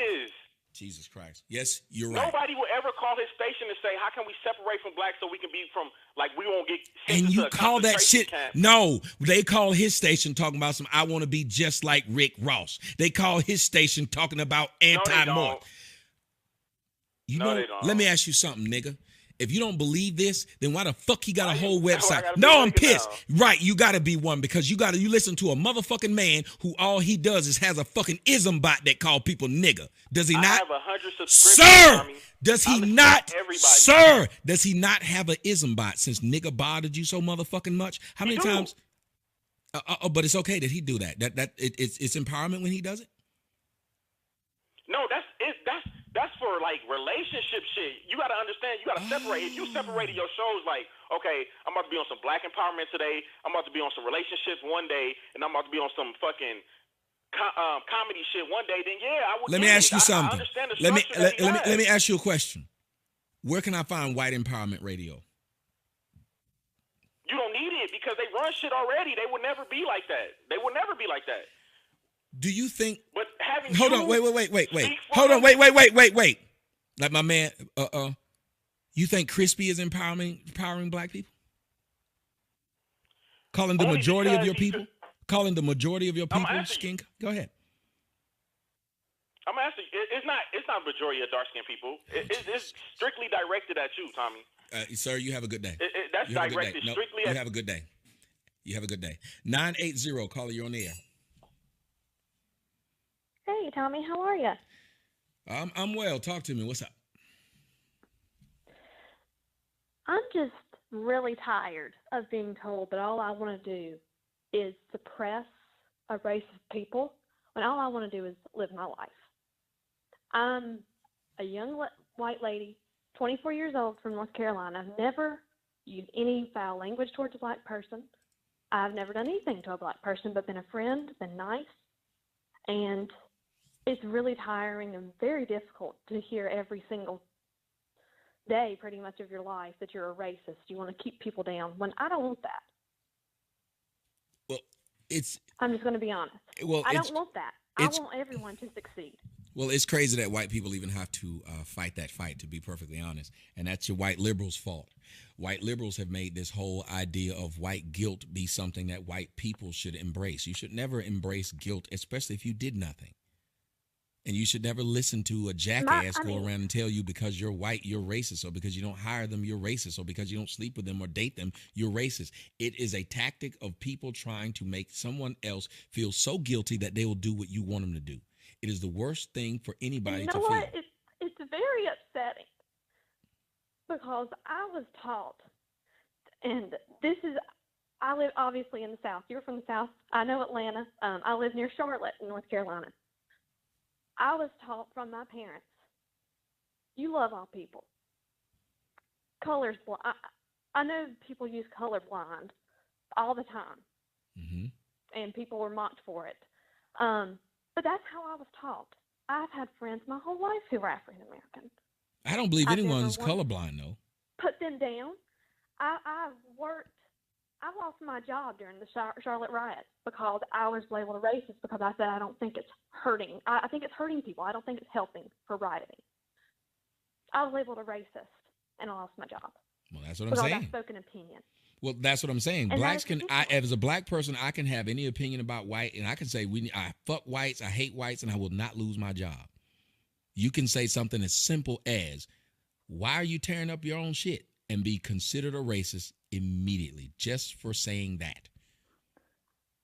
And you know, the thing is, I didn't say these black people are ruining the city. There was white people ruining the city.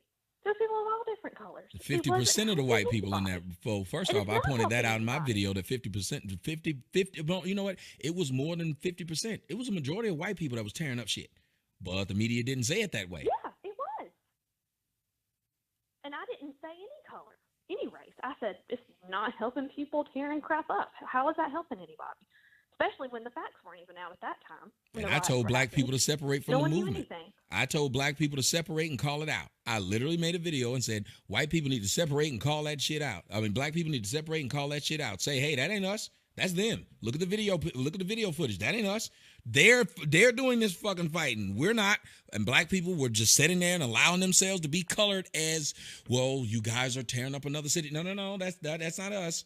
But when you made your statement, they again, instead of pointing out that you did not say a color, they will, of course, call you racist. You get called racist for voting for Trump. But you have to understand how this whole liberal and black attaché works.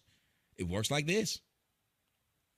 They tell you that you must think this way, that you must do this. So if you did not vote this way, if you do not say terms this way, if you do not live your life on this small way that we think you should live, then we will either call you a coon if you're black, like that man called in before you. He literally said that if black people follow me, they'll be back in slavery and sucking white dick. Think about how that made me feel to hear. If it makes you feel bad, ridiculous. Yeah, think about how that made me feel. That this man actually said this. Well, and really, even for white people, we are our own worst critics. Because look at white liberals. I'm a conservative. I voted for Donald Trump. I didn't vote for him because he wanted to do anything bad to people. I voted for him because I believed in what he said. And because Hillary's a bitch, but go ahead. Done everything that he said he was going to do? No. I voted for him because Hillary's a bitch. It's better than nothing. Exactly. I did too. I hate Hillary. but the thing is white liberals are horrible to white conservatives, but it's because they think differently, and that's kind of what you deal with. Other African Americans look at you different. It's a group think, even with liberals in general. And I don't understand what happened in where people can't speak their opinions. That's why I love you so much, because you're one of the only few places where a white person can come on and talk about race without being labeled that she or he is a racist. But do you see what happened? But you remember what? But do you remember what happened earlier? Well, I want to ask you a question before you get to your question, and we'll stop it there. But I want to ask you: did you see what happened earlier? The guy went off on me because I actually had a civil conversation with Jared Taylor, who did not call me a nigger, didn't call me blackie, didn't say that. He didn't do any of that. He just expressed his opinion about his want to have children, grandchildren, great-grandchildren look like him to preserve his heritage. And he shouldn't have spoken to me. My job was supposed to be to cuss him out. That's what I have to deal with from blacks. Right. And it's wrong. No one should, because you were interviewing him. You weren't doing anything. I mean, you weren't trying to berate him. You were interviewing. You were trying to get his thoughts across, which he should be able to do. I don't agree with everything he says. I don't think an ethno state is the answer. I think we should just be able to live in peace together. That's the way it was supposed to be. But I understand what he's saying, but I don't agree with everything he stated. I have a 7-month-old son. He looks like me. He looks like my husband. And no one should be put down for that. You don't hear, I'm not putting down an African American for having a black child because it looks like them. Amen. I'm not putting them down for it, so why should someone put me down for it? Exactly. Nor would a black It's black person be ridiculed. Nor would a black person be ridiculed for saying that they want to have children that look like them. They would never be ridiculed. So it's crazy that a white person who says that has a preference is wrong. Well, and it's putting us in a box as well, just like people put you in a box, and it's not right. It's ridiculous, and it's sad that in 2018 we're still doing this to each other. But you can blame liberals for that. None of the blacks didn't have enough power to force whites to feel a certain way. Blacks couldn't do this. I want all of y'all who have a problem with how blacks are doing what they're doing, you can't blame blacks. You got to blame white liberals because blacks never had the power to enact this. They never had the power to enact this. Yep. And see, and that's why, like I said, when I was raised not to look at that. I was raised to look at someone's character, to look at their heart. Not what they look like on the outside doesn't matter. The inside is what matters. And I know it's cliche to say that, but maybe that's the Southern in me, but that's how I was raised to look at life. Don't look at someone on the outside. That doesn't matter. Their character and how they present themselves and how they live their life is what matters. Yeah. And I'm sorry if that's old school, but that's how I was raised, and I think that's the right way to look at it. Well, I'm the same way. I look and I'm like, look, I'll prejudge the shit out of people. I don't think there's anything wrong with somebody being prejudiced, but still be open enough to them proving you wrong. You know how many dates I went on with girls who thought, you just want to fuck me and leave. What's wrong with her being prejudiced? What's wrong with her thinking that? It would be my job, am I lying, to prove to her that that's not who I am. That's a simple task. No, I mean, yeah. Well, I have just a quick question. You sort of kind of answered it, but I just want to go ahead and ask it anyway. It's always really bothered me why people feel like white people can't have an opinion on race, and if they give one, they're always labeled a racist. And why do you think that is? Because that's just something I don't understand. Well, here's the thing. Black people value white people. That's why we want you to race mix when you don't feel like it's necessary. That's why we'll call you racist if you don't want us to go to your award show, while we'll have an award show called the Black whatever. We still want an award from you. We don't want to truly separate from whites because we look up to them. So that's why everything you do will be considered racist, because we want to be a part of you. We want to hang with you. We want you to accept us. Whenever blacks get to the point where they don't need white acceptance, they will stop trying to guilt white people. It works that way with everybody. Everybody who values another person's opinion or who wants to be in their presence tries to guilt them. Why do you think fat women try to guilt people into not to so-called body shaming them? Because they want access to attractive men, and they know they can't get it unless they guilt them.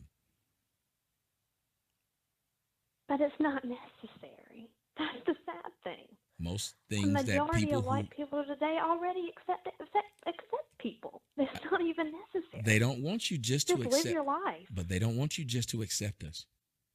They want you to incorporate with us. They want you to have some mixed kids so they can feel better about themselves and stop buying weave. Blacks value mixed people. I'm dead ass. It might sound funny, but I'm dead ass do serious. too, Tommy. Remember We that. value mixed people. Black people cheered when that damn article came out that said that in 50 years, all people in America will be that beige color. Why would blacks not have a problem with that? I want you to think about that. There were whites who said, well, don't nobody want that. We want to keep the diversity. But blacks agreed with it. Blacks wanted that. Blacks looked at that as something to look forward to. Right now, all you do is hear black people saying, in 50 years, we're all going to look the same anyway. Blacks say this. They're looking forward to that. And yet they're the ones championing for diversity right now. Yep. They're looking forward to that. They want that because they don't like who they currently are. People who don't like who they currently are looking forward to the day they change. People who like who they currently are, they actually want to keep it the status quo. Well, I won't take up no more of your time. I know you got a lot of callers, but I wanna say again thank you, because I've been dealing with some depression, and your videos have not only made my days a little happier, but they've helped me not only be a better mom to my 7-month-old son, but a better wife and all as well. I value my husband and him being a good father to my son much better after watching some of the things that you have put up. And I just want to say thank you, and God bless you, Tommy. Well, thank you so much, and very good call. And I want you guys to hear like the emotion in her voice. And a lot of this is bothering people. And I keep saying, you keep pushing people into a corner. How many of you guys, I want to say this, agree or disagree? Black people are creating more white racists right now. Black people and liberals are creating white racists out of people who were not racist.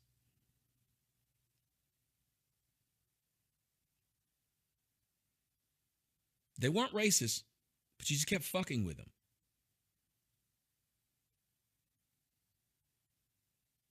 I didn't think about you, but you just kept fucking with me.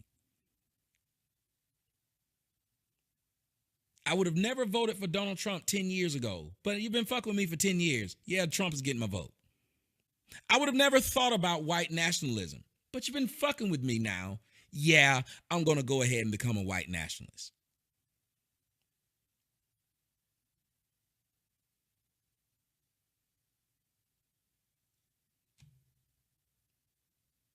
You can't keep fucking with people and expecting them to, thank you, sir, may I have another? We think we can go out and yell out cracker every day in the fucking street, and white people are supposed to not do anything. The comeback to slavery is calling white people cracker in the media. That's how you get them back? Just like that caller. You get white people back by going on Tyreek's show and calling white people suspected white supremacists. That's how you get them back. And then you go live with them. Then you go date their offspring. And niggas are sitting up there telling me, if you follow my directions, you'd be sucking white dick. If you follow Tyreek's directions, you'd be fucking Nat Turner.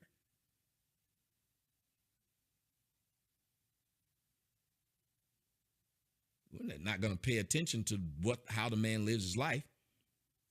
He didn't call everybody crispy. He just called you crispy. Huh?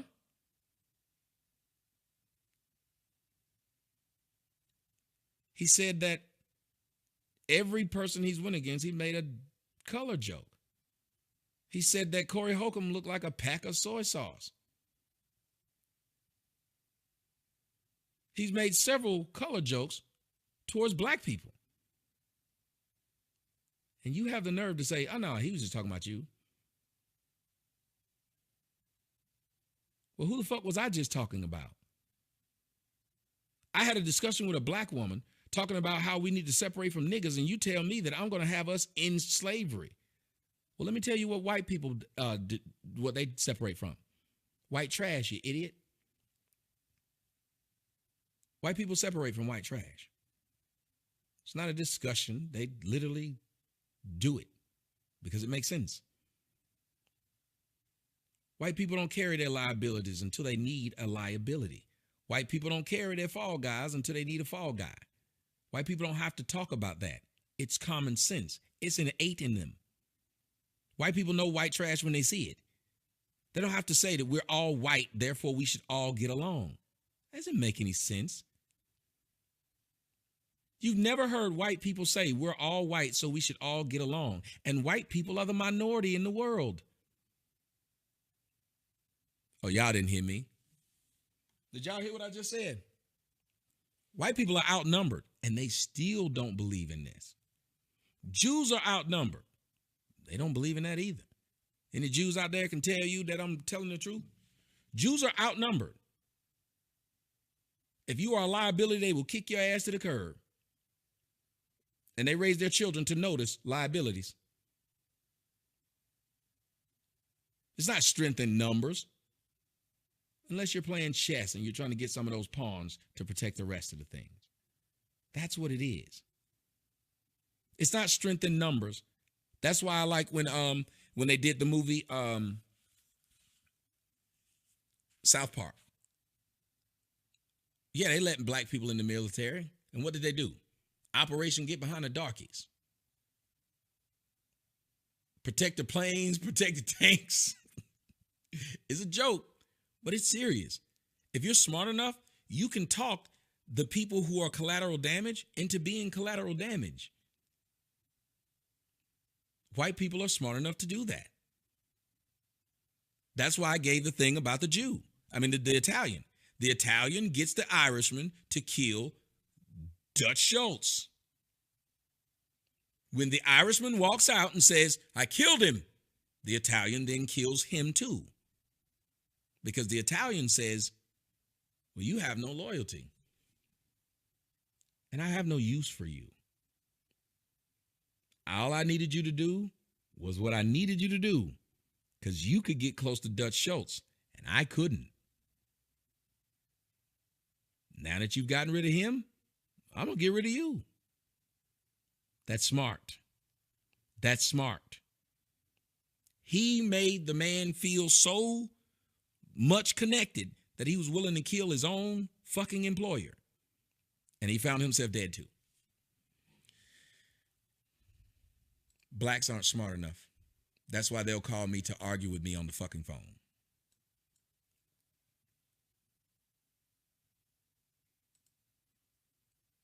No, I will disagree with you. They will let half Italians join the mafia. They won't let half Italians be a boss. They will not get made. Right, Black Lives, thank you, UFO. Black Lives Matter is a real life version of Operation Get Behind the Darkies. UFO killing it tonight. 405, caller, you're on the air. Hey, what's up, Tommy? It's your boy, D. Rivas. What's going on, man? Talk to your boy. No, not much, man. I just had some, they're not that important questions. It was just questions on videos. Like, I remember a while back you did the, they were funny. And, you know, I'm trying to become a police officer and everything, which I've told you before. But I remember you did those videos on whose side were you on. Because I know I think the first video I watched of you, or that really got me watching a lot of your videos, was a Trayvon Martin one. You know, I like your points you touched on that, you know, how it was both people's faults and everything. That's what really got me watching a lot of your videos. I think I watched them before that, but that's the one that really got me overboard. And I like your, you know, your cop videos and everything. Usually when you do them, that's the time when I disagree with you, you know, like in minor stuff. And it's not just because I'm trying to become a police officer or nothing, you know. I know I'm like you, right is right, wrong is wrong. I just see it from, you know, a law enforcement side, I guess, because of the training we go through, you know, you have to go through, and you know what I mean? So that's why I have some disagreements, but I just had a few questions. Like, I don't know whatever happened to those videos. I don't know if they were flagged down. Yeah, no, I took a lot of them down off of, and that's why I'm trying to put it on the Reloaded channel. I took them down off of the big channel, and I'm going to put it on the Reloaded channel. Gotcha. Yeah, and I had that question, and then, and I don't know, you were at the airport, and I listened to you at work, and when I said there was an echo earlier, on one channel it sounded good, but on the other channel it sounded super bad, like an echoey. So that's why I stayed on the one-on-one, because on the one-on-one it sounded better. On the live it sounded like an echo. That's why I said if there was an echo. But I understand on the other one. It happens, but D, I got to get you to go ahead and get to the thing that you disagree with me on, because I like it's for some reason the lines are shit packed again, and I'm trying to get as many of these people who disagree with me on if I can. Go ahead, get to them. It's not one specific video. It's not a specific video or nothing. Like I said, it's just usually just when the cop stuff. But that's about it. But no, go ahead, man. Well, in general, what is it that I say about cops that bothers you? And I'll answer that. Like, what is it that you would like to put on my brain?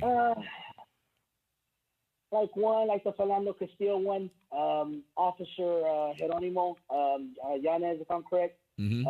I know you called him a coward and everything, and I know I get your point on why a police officer can always say, "I fear for my life." You know, it does sound a little. Well, let me tell you why I called him a coward. Let me tell you why I called him a coward. There's a kid in the back seat. You shot in that car. You didn't give a shit if you hit that kid. Come on, bruh. Like, there's no reason to do that. If he felt that damn scared, wait for backup, dude. I'm not even trying to be funny. If you were that afraid, just wait. Same with that woman. The woman who shot the man that was walking. I don't give a shit if he was reaching into that car. His back was turned to you. Tase him. None of the male cops felt the need to shoot him in the back. This one female who was going to do the least of any of the work let off in that man. And again, this is where I was telling you, it's the training and the stuff how they train people. That's how it is to train. I've had this argument with many people. You know how wait till backup gets there. You know, sometimes you just can't. The way you're trained, you just can't wait for backup, because if you wait for backup, it can make things worse. Well, let me tell you why you can wait for. Well, here's the thing: if you wait for backup and he drives off, he runs through the streets. Nobody gives a shit at that point. Well, I won't. If you shoot him, doesn't matter who's in the car. You didn't care who was in the car. It's just like that one video I've seen where these people tried to run over the cop, and the one cop jumped on the hood and shot them while they were in the front seat. He shot through the hood, the front glass, and killed them. And everybody was like, there were kids in there. I was like, yeah, and the people who were driving like assholes and trying to run over the cops didn't care that there were kids in there. Yeah, and again, that's why I was telling you the training comes in hand, because the reason why she shot is because he was reaching. And when he's reaching, you don't know what he's reaching for, and you're just not going to take that risk. Like I said, that's just the training that they do. You're not going to take the risk for him to reach for another weapon, and you're definitely not going to risk for him to get in a car and drive away and possibly hurt someone. Yeah, but so again, see, I look at you got to. No, I feel you, but let me tell you where I'm coming from. I don't know if you remember the case in South Carolina. In South Carolina, there was a black man who got out of his car to talk to a policeman. The policeman said, "Could you give me your license and registration?" The black dude turned to reach in his car to get his license and registration. He shot him 3 times. Yep. I seen that one. That one. And that one is messed up. So if the man tells you let me say this. If a man tells you I have a gun, don't ask him to reach for his ID. That's not right. Wait, what are you talking about? Are you talking about the guy that was out? Yeah, you talking about the ones at the gas station? I'm talking about any of them. Philando Castile. If he tells you, I just want you to know I have a gun, you should not ask him to reach for his ID any fucking more. You don't ask him where's his license. Yeah, like I said. He just told you he got a gun, so now you're afraid. You know what you should do? Ask him to put his hands out of the car and exit the fucking car. And I'm not a cop, but if you've openly told me, hold on, I have a gun, great. Put your hands out of the fucking car. Get out. Anybody else in the car got a gun? Yeah, like I said, no split-second decisions, man. It's just it may sound easier said and done. I've been in those simulations, and it's crazy. I don't know if you've ever been on a ride-along, Tommy. I would totally suggest it. Your local police department. You just, like I said, the training, it just happens so damn fast, man. And that's just what it is. It's the training. And that's how they train them. But that's what I'm saying. If you're going to give people have that kind of power, then they need to be trained a lot better. Listen, when I got pulled over this weekend, I told y'all, and I live it. When I got pulled over this weekend, the cop said, "You got a gun on me?" Guess what I told him? Yeah, I'm pretty sure you told him that you did. I told him I do not. You pulled me over because you wanted to give me a speeding ticket. Give me my speeding ticket. I don't know what's the laws over there. Are they not mandatory or law that you got to turn each other? I don't give a fuck if it's mandatory or not. I'm not going to tell this white man that I got a damn gun in my car when he already pulled me over saying that I was going 70 miles in a 40. Well, I know here you got to tell him. I think it's by law. Well, I guess I don't know if it's a federal it's law. in my car. If he'd arrested me if for the it's speed and they state went through law. the car and they found the gun, that's fine. I'm not telling him shit. I'm not giving his ass no Well, then reason I to mean, get upset. I don't give a shit. Yeah, And I will go to court and tell the judge. Yeah, First but- off, I live in Arizona, which is a right to carry state. I can carry. We good. I'm not telling this man who's telling me I'm speeding when all he got to do is give me my motherfucking ticket that I got a gun. I'm not doing that.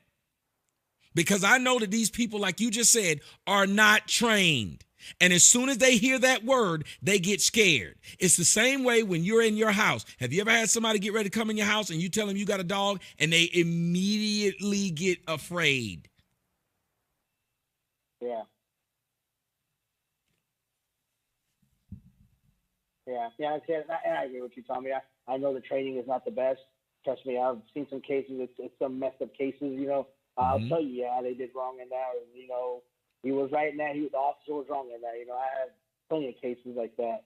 You know, the Tulsa one, I don't believe she did wrong. Like I said, it's just that's how they're trained. She saw him reaching. You know, that was her reason to shoot. You know, that's the thing though too. The public. I don't know if the police don't do it on purpose because, you know, they want to issue tickets out or they just want this stuff to continue, but there's just no training. And, you know, That's right. Like I said, I know the rules, I know the laws, because I'm in the courses, you know, I know what the hell I got to do if I have a gun, I get pulled over. I know what the hell I got to do. I know what's expected from me, you know. I know some of the laws, but the public is not informed, you know. I'm not saying it's the police officer's job to inform the public. It's also the people's job to inform themselves, you know. And Well, it's also the if you take people's a job to community require. policing class or something. Well, it's also the people's job to require better cops. Like, we only complain about cops when cops go wrong. But there's a time in which the public can make sure that they're better cops by, number one, saying that since these people are putting their lives on the line, we should probably pay them more. Number two, we should be able to go to all of these county and state meetings that they have and change the requirements. These people are policing you. So you can go and look and find out what the requirements are to be in these positions. A lot of people only know things when something bad happens. So you're willing to, like in football, have referees who get paid so little that they have to have second jobs to be refs. We have teachers right now teaching our kids who get paid so little that they have to work another job and another job while teaching. Then we'll get mad that we have poor teachers. If we gave a shit, we would try to make it to where the people who did the job were comfortable doing the job and they had mandatory training in order to be a part of that job. Matter of fact, here's one thing would change the type of fucking officers you have, but I think America as a whole, they want officers that are not very intelligent. They want officers who are short fused. That is their buffer between the people and them. Nobody's going to tell you this but me, but I'm not pro-black and I'm just a horrible person. But I'm telling you, the United States government wants your cops to not be as informed. They want them to be lower educated. They want them to be on edge, which is why they pay them the way that they do. How can you not expect a man who's putting his life on the line every time he pulls somebody over for $40,000 a year? How can you not expect him to rather shoot you than die for $40,000? Yep. And I could agree to you to some of that, Tommy. Yeah. But hey, man, let me know how that's going. Let me know how that's going when you go and because you said that you're going to go through the training and become an officer. I think being an officer is a noble profession. It's just not treated that way. Yeah. Yeah, and like I said, I'm trying to get into it, man. There's just not that many minorities in it. You know, that's my main focus. There needs to be more minorities in it to diversify the police department and change the way it works and everything. You know, we've had this discussion before on, you know, living in an area, which I agree with, but I feel there should be more Hispanics Yep. cops in the Hispanic community. But when you don't have Hispanic cops applying, that can't happen. When you have a white guy in there or a black person in the Hispanic community, you know, they don't know their language, they don't know their culture. You know, There you go. You can only learn so much. Yep. But again, you know, we got to change as a group of people, minorities, blacks, you know, Mexicans, Asians. They got to get into that field, and it's not happening. But the only thing I could do is just get into myself, and hopefully my future bloodline gets into it. That's all I could do. And I'm in agreement with you, and thank you, D. I've been saying that black people, Hispanics, here in Arizona, it's a shit ton of Hispanics. There should be a shit ton of Hispanic cops. You shouldn't like to have a cop that doesn't look like you keep arresting you. Then you got to be defended by a lawyer that doesn't look like you, that does not understand your culture. Then you have to be judged by a judge who does not even think you are a human. Y'all didn't hear what I just said.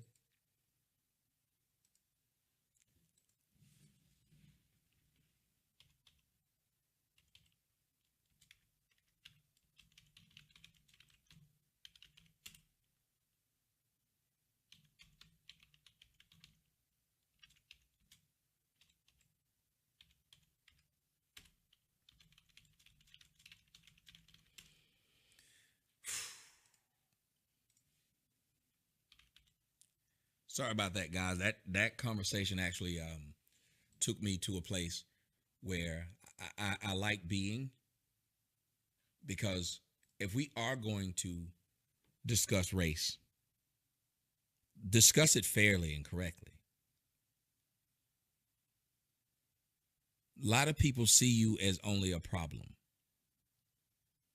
It's easier for a Jew to give a failing Jew a hand up,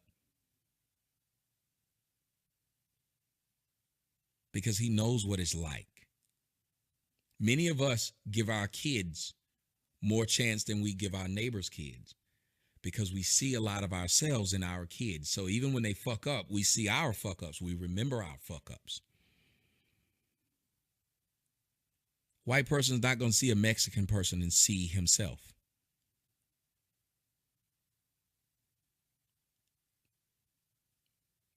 White people give plenty of white kids chances. You see it happen all the time on campuses when the white officer will arrest a white guy and then will give him a chance because he'll be like, I remember what it was like when I was in college, man. Well, when you get pulled over by a white cop, 9 times out of 10, he doesn't know what it was like to be black. When you get pulled over by a white cop, 9 times out of 10, he doesn't know what it's like to be afraid of that cop. 9 times out of 10, he doesn't know what it's like to wonder if somebody's going to plant evidence on you. That's why they argue with the police different than black people do, because they honestly think, well, I pay your fucking salary. Well, black people, we don't think that.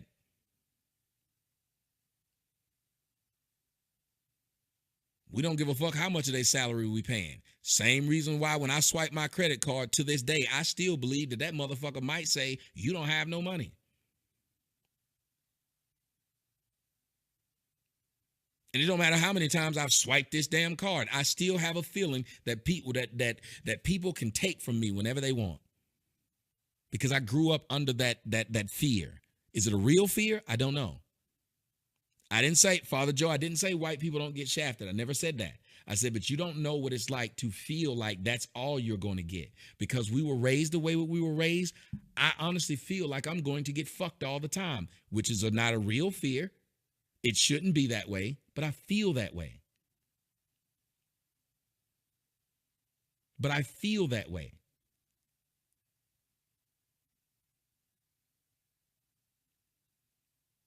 And if you have someone who's felt that way become a cop, he now understands why you're jittery when they pull you over. So if he got a white partner, he can then tell them, hey, look, that's just a young guy. I know he looks old to you.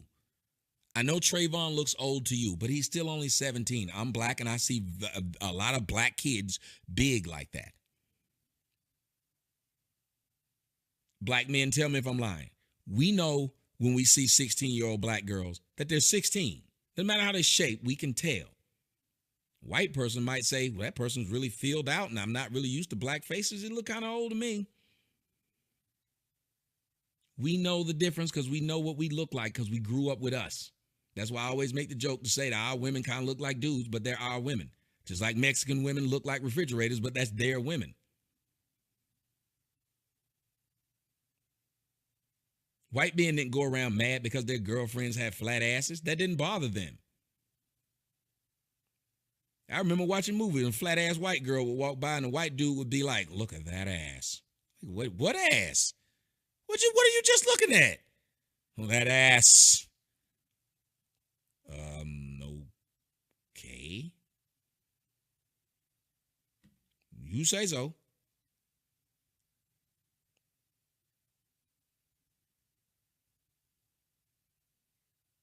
I saw a Mexican girl at Applebee's. She had Dunlap. She had literally like her stomach was over her belt buckle. And I was like, God, dog, that's disgusting. The white boys was on that bitch. I mean, the Mexicans was on that bitch. Mexican walked up to that girl while she was at the bar and said, Maria, Maria, you remind me of a hot pot appliance, walking around like a mini fridge. Now I want me a sandwich.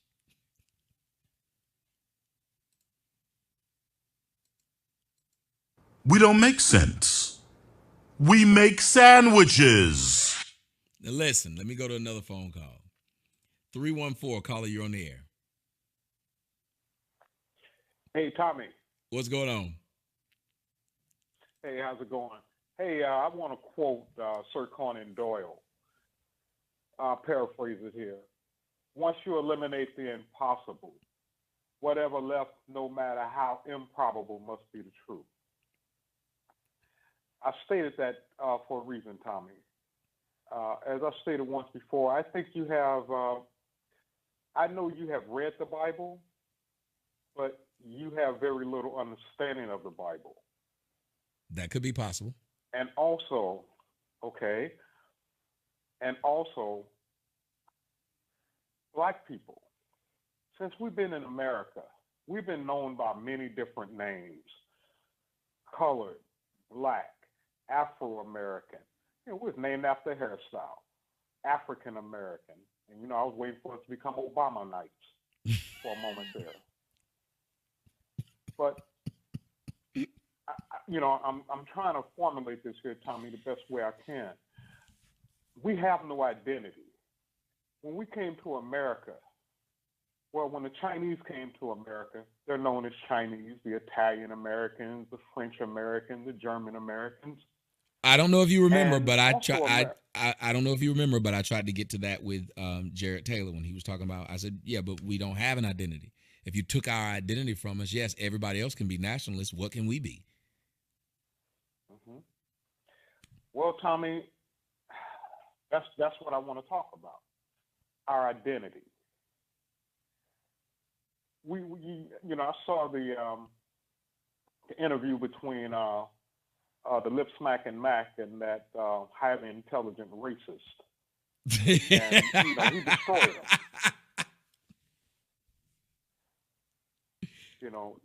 I'm sorry, but Tyreek, on this part I agree with you. Tyreek is an idiot. There's no doubt about it, and he is an agent. If no one else wants to believe that. But Tommy, one thing I want to point out to you, with your understanding, even though you've read the Bible and you know it, but sometimes you have to look at things through a certain perspective. Mm-hmm. And if you look at it through the proper perspective, you can go, oh, that's it. I want to ask you a question, Tommy. What type of book is the Bible? It's an instruction booklet. An instruction booklet? Yep. Is that what you said? Yep. You're partially right, but what it is, it's a history book of the children of Israel. That's what the book is. And when you read the book, and when you look through and when you try to get understanding of that book, you have to look at it through the that particular perspective, because the only time any other nations are mentioned in that book is when they have an interaction with the chosen people of the Most High. And that's what the Bible is. He has a chosen people. And many people do not understand why the chosen people were chosen. And I'll say it, I'll tell you. They were chosen to bring back the truth and the laws of the Most High back to mankind. That's why the chosen So what is your people were chosen. So what is your disagreement with me or your? Because if you want to debate religion, I can actually set up a one-on-one with you to debate religion, to where you won't have a time limit, to where we could just debate religion. Okay. Well, good. Okay, my disagreement with you is this: the way you praise the Jews. You believe the Jews that are in Israel right now are the chosen people. No, I don't believe. No. Let's stop you right there. I do not believe that they're the chosen people. I believe that they're doing a good job, just like I praise the Patriots. I don't believe the Patriots are the chosen team. I believe they put up a lot of damn wins and shit, though. So if I want to be, I want to have a franchise like theirs. Chosen people, I don't even believe in that type of statement. Don't believe in that statement. I believe I'm impressed with what such a small group of people have done in the world. And anybody who wants what they have should be impressed by what they've done. Mm-hmm. Well, I know why they have what they have. And like you said, I want to say a few more things here, Tommy, and get off with you. And I would like to set up that particular a one-on-one with you, because I've heard you speak to other. I'm an Israelite, and I've heard you speak with other Israelites, like one idiot on here. I'm gonna call him an idiot. His name is Israel Doctrine, and I hear you talk with these Israelites, and I just cringe, because many of them do not understand this basic concept that I want to point out to you. And as I've stated, I can prove beyond a shadow of a doubt that we are the chosen people. Well, we have to have that discussion. Well, we can have that discussion on the one-on-one then. Well, yeah, I can have that discussion with you, and I'd like to do it. Matter of fact, if we can do it as soon as tomorrow, where we will say you're calling in to prove to me, the one-on-one will be, you're proving to me that black people are the chosen people, are the original Jews. I would love for you to explain that to me. That would be a cool thing to do. Okay, good. Would it be a good time? Email me. Let's try to do it in the afternoon. Okay, I think I can make that, no problem. I'll jump off the line here, and I'll send you to the TJ Sotomayor. I'll go to your website and make sure. There you go. Yes. Go to the website and get the right one. I promise you I'll answer tonight. And, ship it off to you. Yeah, I promise I'll answer you tonight, and we'll set it up, and we'll do it tomorrow. Thank you very much, Tommy. No problem, brother. Yeah, if you guys want to do one-on-ones where a short conversation, we'll not do it. We'll set those up as well, as long as it's a pretty good topic. I would like somebody to explain to me why the blacks are the original Jews. I actually would love to have that discussion. There's 18 minutes left to be able to call for the last hour of the show. 312, caller, you're on the air. What's going on? Hello? Hey. Hey, what's up, Tommy? Not much. What's your disagreement and or question? I have a question. Mm-hmm. I have two questions. One question is, will you ever debate Tariq? Because I would love to see it. I'd love to debate him. But remember, I'm just doing it because unlike these niggas who chase me, I would always talk to somebody I have a disagreement with. I don't care how big they are or how small they are. Because it's advantageous for black people to learn how to have a discussion and not always act on an emotional side and not always take everything to a fight. And that's why I think these things are good. And if you notice, those so-called pro-blacks, they never know how to have proper debates because they always end in a fucking fight. Somebody getting threatened. So I would talk to Tariq. Just like I would talk to Tyra. I talk to either one of them. I have no issue because I believe that what I'm saying is correct, but I'm open to hearing how I'm incorrect. I don't think he'll do that. No, he won't do it. Everybody makes more money off of me talking about me than talking to me. Because when you talk to me, that becomes a problem because then people can compare and contrast. As long as you get to dictate the narrative, they can't compare and contrast. You notice my lines are open for people who don't like me to call. Even they won't call. But when they do, like the guy earlier, I let him talk to me for 30 minutes. The other guy let him talk to me for about 20 before I let him go. Have you noticed I've talked longer to people who disagree with me than people who agree? Yeah, I noticed that. Well, I noticed that you'll talk to anybody. Yes, because my audience needs to see people who disagree with me. My audience needs to hear people who disagree with me. They may get you to understand that I'm full of shit. I don't mind being full of shit. It hurts because I don't want to be called out. This is a hard thing that I do when I open up my lines and allow people to do this. Because somebody could come in and rip me a new one in front of my own audience. It's the equivalent of saying, I fuck my girl so good that I'm going to let somebody else come in and fuck my girl too. Well, that's a risk that you player. And that's what I'm doing. I can fuck up my program if one person calls in and rips me a new one. Well, the thing that saves you is you're not biased. So you pretty much agree with you. I think you go off logic more so than emotion anyway. So. Well, I know when I'm feeling stupid or I'm about to look dumb. So if Tyreek called and he said something that makes sense, I'm gonna be like, "You right, bro. You right." I ain't gonna sit up there and be the fool to argue with a fact. I ain't doing that. Right. I noticed that you do that on any side. Even if somebody's a supporter of you, not a supporter, whatever. But my second question is that Tyreek said his goal is to replace white supremacy with justice. And my question is, I've never heard anybody ask him, but my question is, how do you expect to replace a system that was meant to suppress you or to keep you suppressed with justice? Like, are these white supremacists gonna one day just wake up and have a soft spot in their hearts for black people? And here's a question I would ask. What is justice to him? Justice is a word that needs to be described because justice is just like pretty. Justice is just like pretty. It is subjective. Some people believe eye for an eye is justice, do they not? Yeah. Some people believe you steal something, I'll cut your hand off. That's justice. You rape somebody, I'll cut your dick off. It's justice. Some people believe that you can actually reform these people. That's justice. Justice is different. So he says words that have no meaning. It keeps you jumping around. That's why when you listen to most black people speak, they say things like this nigga that make videos about me. He'll say, Tommy dick is 2 inches long. Facts. At the end of it, he'll say facts.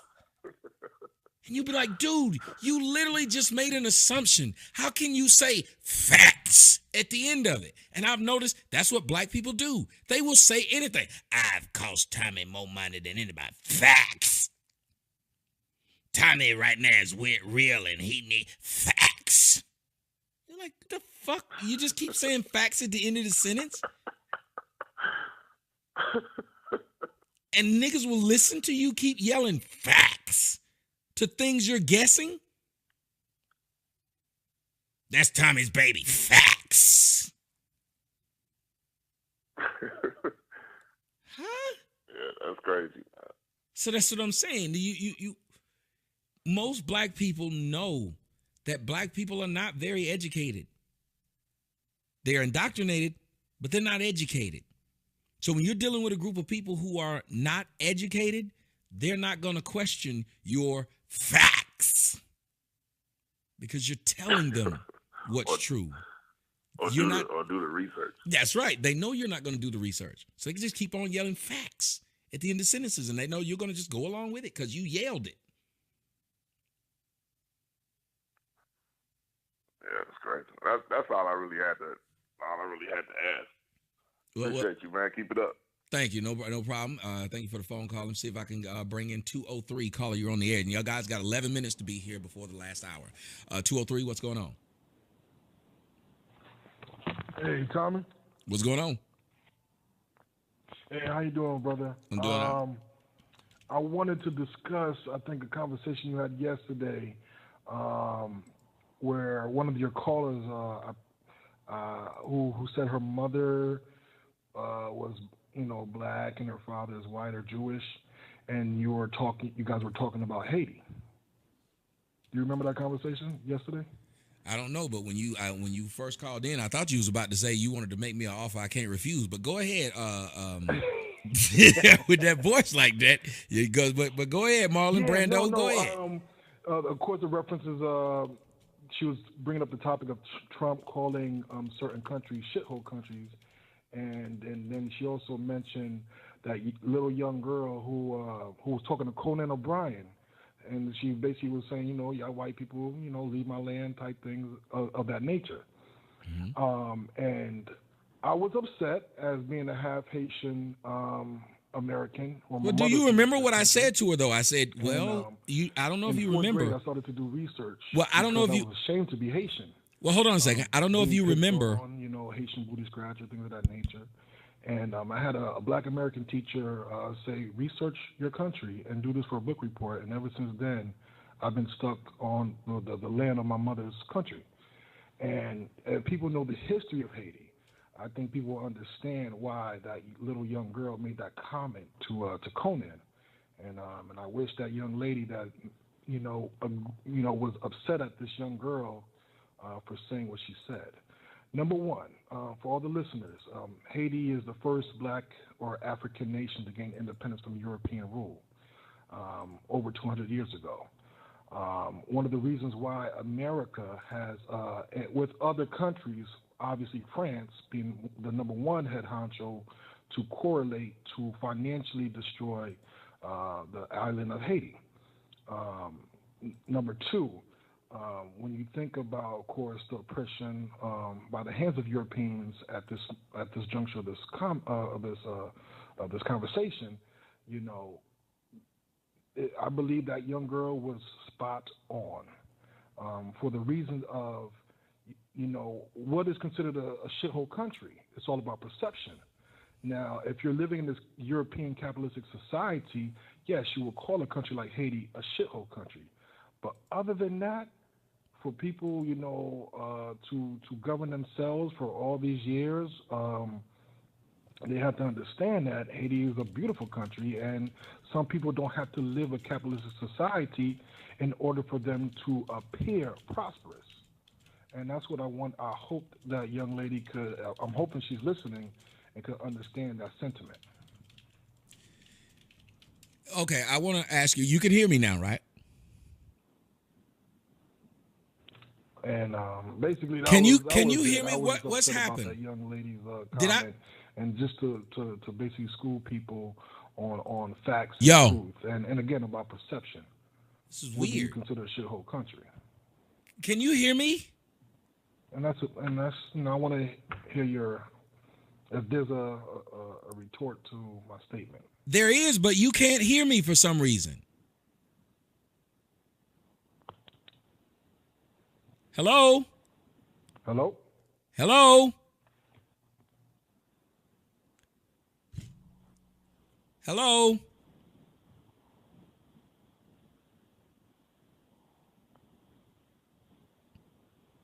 I don't know why he can't hear me. I'm confused. I'm going to see why he can't hear me. Let me see if I can hear myself.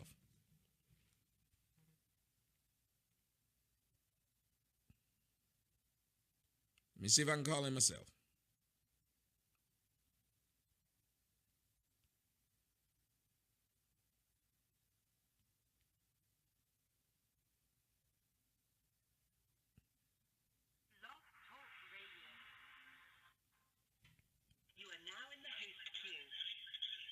Yo. I can hear me. I don't know what was wrong with his phone, but the people on the line could hear me. That's weird. 304, caller, you're on. Oh shit! Hold on, 304. I told 678 I was going to bring them on. Let me see if I can find a 678. If I don't find a 678, I'll go back to this. But I saw somebody in the chat room said they were 678. There we go. There's 678. 678, you're on the air. Oh, what's up, Tommy? I just need to ask you something.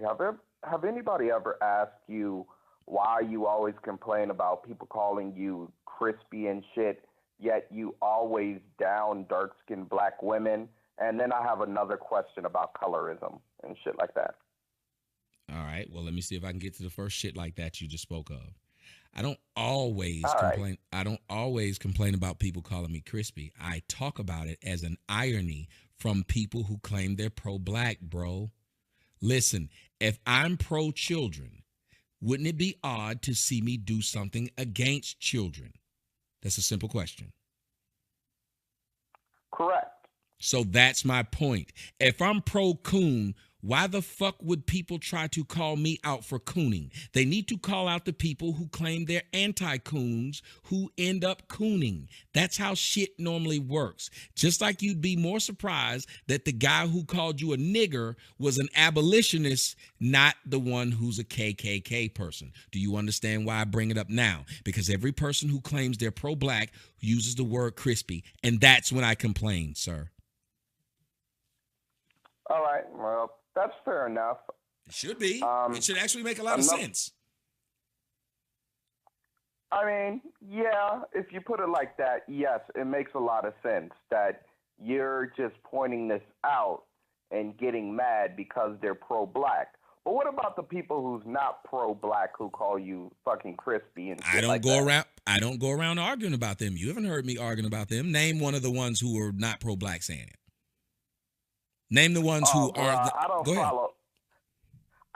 I can't. I don't follow all the people who stalk you and shit like that. Well, then why would you say it then? Silly that they do that shit. Well, then why would you say it when I could prove to you by all you gotta do is pay attention? I only pointed out as how it's a fallacy. The person who's saying it is claiming that they're so pro-black. That's what they're saying. That's all I'm doing.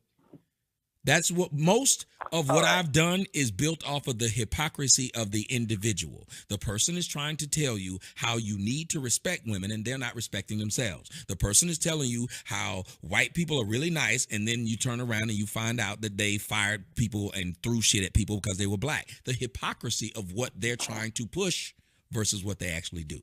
That's it. All right. So you are admitting that you're a hypocrite, my friend? Because I am too, and my parents are. No, I didn't admit. How did you get that from what I just said? Well, you're complaining that people call you crispy, but yet you turn around and down dark-skinned women. I'm going to try this with you one more. I'm going to try this with you one more time because I'm really tired of people who call into my show and they don't get it. If you're just that dumb, then I understand. Then please don't call me. Let me try it again. I said, the non-pro-black, the coon, should not be expected to do this. I shouldn't be expected to not do something that offends black people. But a pro-black should be expected not to offend black people. What about that don't you get? Oh, I get that. So why would you then turn around and say, so you're complaining about something and then you have a problem with something?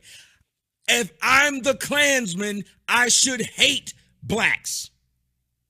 If I'm the abolitionist, you'd be shocked to find out I hate blacks too. That's the point. You can't hold me to the pro-black standard because I'm not pro-black.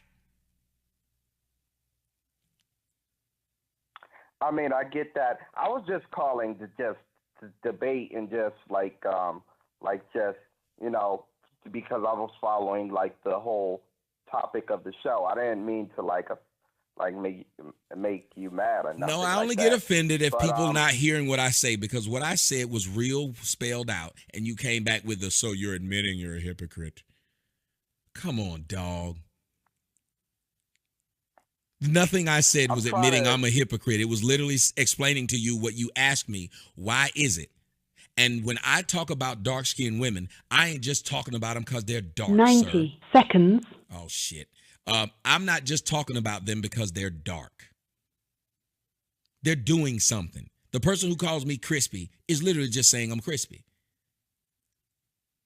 Oh, you don't agree with me? I'm crispy. Yeah, wait. Hold on. With that type of logic, the person who's calling you crispy is not just calling you crispy because you're dark skinned. They're calling you crispy because you're doing something. You're making 60. fun of that whole Taika. I forgot the young lady's name. Taika Jenkins.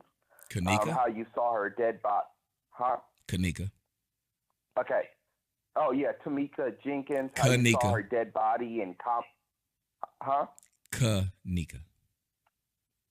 Kanika. I'm not good with these ghetto names, man. Oh, so you Okay, can call, wait a minute, so you can Kanika. call her name Ghetto.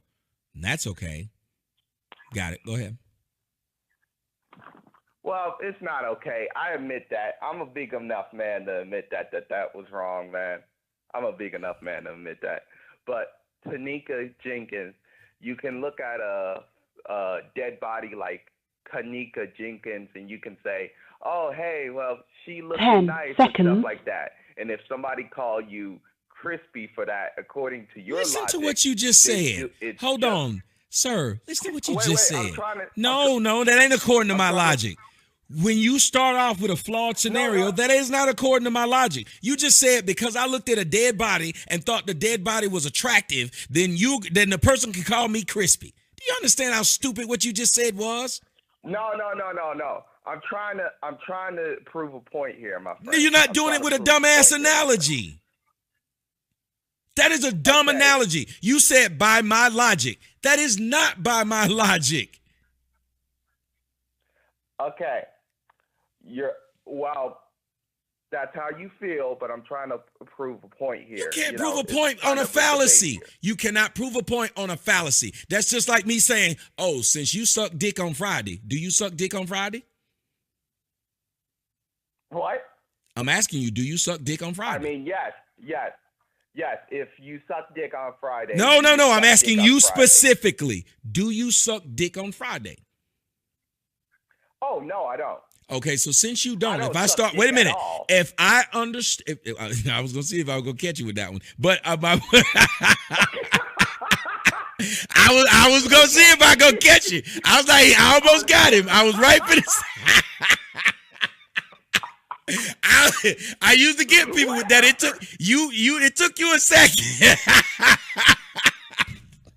No, I was trying to help you out with your whole fucking thing because I see you freaking saying, oh, shit. I was about to say, oh, so you do the shit on the rest of the week. Friday, you take that day off. But you had your fucking moment, but you failed. I had it for a second. But my point is, if I were to say, yeah, because, and by your logic, since you suck dick on Friday, you're not going to let me finish that sentence because you're going to say, but that's not true. You said, by my logic, it's okay to do, and that's not by my logic because I don't think it's okay for someone to say because I said something that you don't agree with because that's all you're saying. You're saying that you don't agree with, I could look at the girl and think, and here's what's funny. Y'all are saying two different things. Because that Poppy dude, he was making a video saying that I was saying that the girl's body was ugly. Now you're saying that I said that her body was sexy. Which one did I say? Well, you was commenting on the body, and I don't even remember the fucking So video. the point I was behind just that would using be, that as why a wouldn't point. you say, so why wouldn't you just say, that's inappropriate, sir? How the fuck is Crispy All right. responding to me saying something that you felt was inappropriate? That's dumb. You're saying call out a man's skin color. You're saying call out a man's skin color in a derogatory way when you're pro-black because you think he was lusting after a dead black girl. Does that make any fucking sense?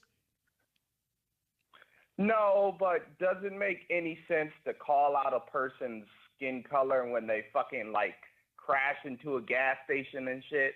Because I did Like, no. you just Wait. I didn't call her skin color a bad thing. I said, have you No. wait a minute. I'm talking No, about that's what another I'm video, saying. my I'm friend. trying to explain to you. I didn't call their skin color a bad thing. I'm pointing out that it's a bunch of them doing it. It's the same way if they point out it's a bunch of white people own slaves. For some reason, white people own slaves. You're pointing out that you see this color and this color looks like this a lot. If somebody says a lot of blacks, if you notice, not only is a lot of blacks in the NBA, but it's dark skin. Are they saying something bad about dark skinned blacks? Or are they pointing out that it seems like a lot of them are athletic? Well, they're saying that a lot of them are athletic, but let's say this. They say that there's a lot of dark-skinned black people in the NBA, and if they say, wow, there's a lot of darkies playing ball in the fucking NBA, don't you think that that would be demeaning? Like, there's a lot of darkies playing ball in the NBA. Don't you think that would be a little bit demeaning? Yeah, but then if they turned around and talk about the mixed people and call them half-breeds and shit like that, which is what I do, then that means I demean them all, doesn't it? Well, no, I don't see you demeaning white people. Hold on a NBA, second. my Hold friend. on. You said that I talked down to black people. I just pointed out that there were mixed people. Wait. But you're bringing in non-black people. No. bringing Listen up to what mixed I'm people, saying. aren't No, you? excuse me, not to what I'm saying. What you said. You said you don't like when you told me that I don't like when people call me crispy, but I make fun of dark-skinned people. That's what you said, right? Yep. Yet I just pointed out how I make fun of mixed people. All right. So if I make That's fun wrong of too. Hold on, but that shows that I'm not running around being like them who are just calling out your skin color because your skin color is black. And they're doing it because they don't agree with you. Me, I'm just pointing out everything that everyone looks like, and I make a joke about everyone's color so we all feel the same. Everyone gets the same thing. If everyone got the same thing, I wouldn't have a problem. All right. Well, a lot of these pro-blacks also call you crispy, and then call the white man. I don't want to. Well, you know, They don't make fun of the white man's skin color. They call. They don't make fun of the white man's skin color. Hold on. They call it Cracker's not making fun of his skin color. Cracker's what he used to do when he sat on top of the horse and he cracked the whip. Try something else. No. Actually, hold on. The term cracker actually predates slavery. They used the term cracker around when William Shakespeare was in fucking writing books and stuff like that. That doesn't predates slavery. Did you know that? That doesn't predate slavery. Slavery's been around. Yes, it does. No, slavery's been around. They Yes, had it slavery. does. They had slavery during his day. Okay, it predates American slavery. Doesn't mean that the person who was Should I say doing that? the slavery didn't crack a whip. No, but could I say? I'll say that it predates American slavery. But if you look up the term Because cracker, that- or that if you're trying to say they were calling them saltine crackers, you're definitely wrong with that one. No. The term cracker actually comes from the word crack-headed, which means that you would have a crackhead. It actually dates back way before slavery. This happened in the Middle Ages. Did you know that? No, that doesn't make any sense though. If it's not applied that way, just Look like up. wait a minute, but that doesn't make any sense if it's not being applied that way. Just like when somebody said, "Man, them clothes is tight." Yeah, the term "tight" predates the people who used it. But if you know what they're using it for now, you can't go back to something else. You know that's how English works. English doesn't work when you say, well, the predated word means this. It's just like when people say the word Uncle Tom. They're using it completely fucking wrong, but they keep on using it. Well, to be fair, Uncle Tom is a reference to you being a slave and you being under white control. So technically, No, they're it isn't. using it right. No, it isn't. But Now you're just trying to make up why they're using the word. You're one of the apologists. I guess they're no, calling me. I I guess don't they're calling me like crispy people because my using the skin's term- ashy too, right? Wait. Hold on. I don't like the people using the term Uncle Tom, coon. What other terms they use and shit like that. I think it's all wrong. I think if you're going to be against white supremacy, why are you using white supremacist words? Am I still on? You're still here. All right, cool. I'm just saying, You made a show about debating, and I just wanted to just follow the topic, my Brother, friend. I'm letting you just speak. I'm literally hadn't hung up on you. You've gotten longer phone call than the last 3 people. When I let y'all on and I let y'all speak, just go ahead and speak. You don't have to keep on prefacing things. I'm talking to you, am I not? I'm answering what you ask, am I not? So then just keep on. Yeah. All right.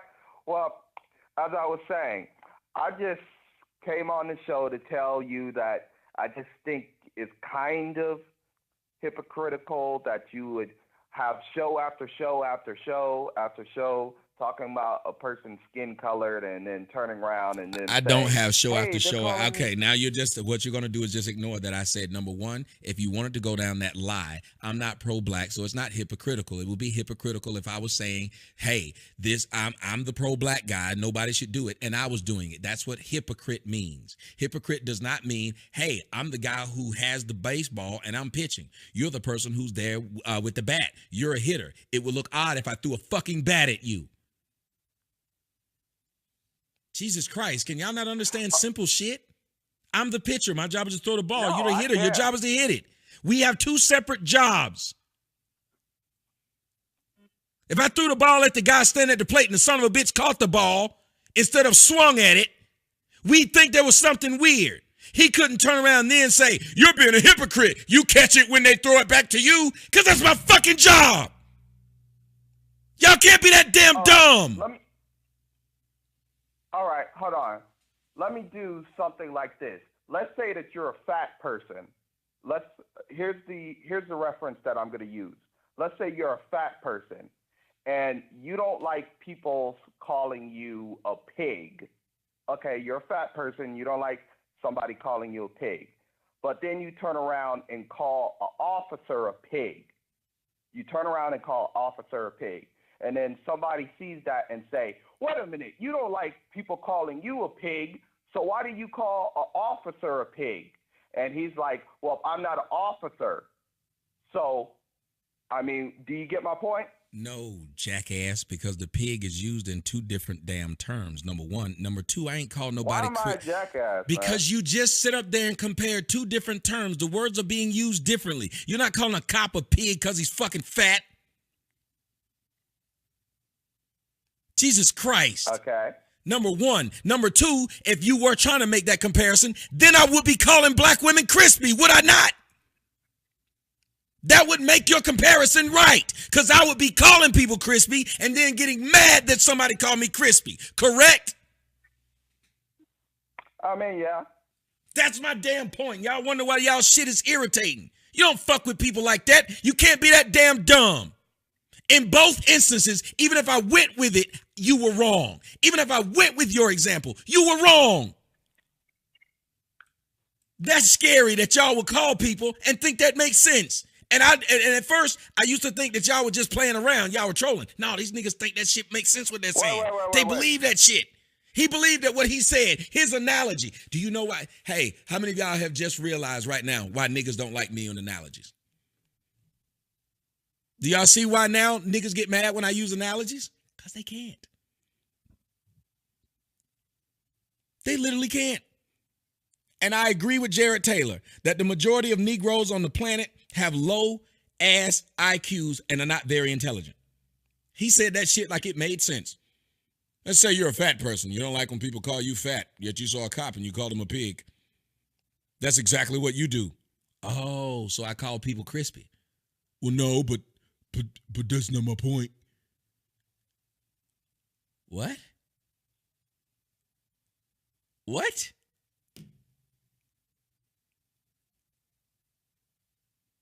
He had a direct comparison. And then said, well, okay, well, you didn't do that, but I mean, you get my point. No, I don't. That's why black people like to say, you feel me, when they're talking. You understand me, say?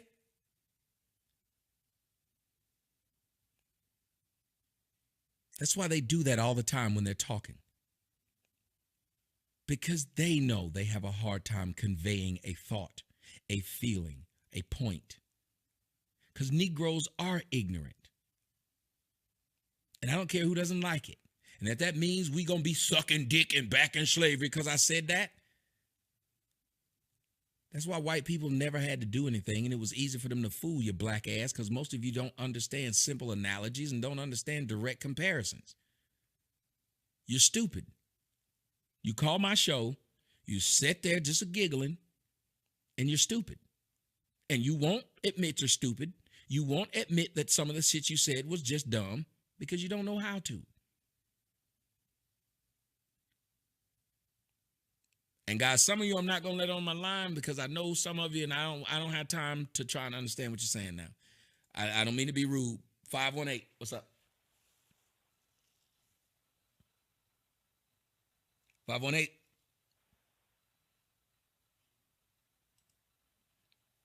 Goodbye, 518.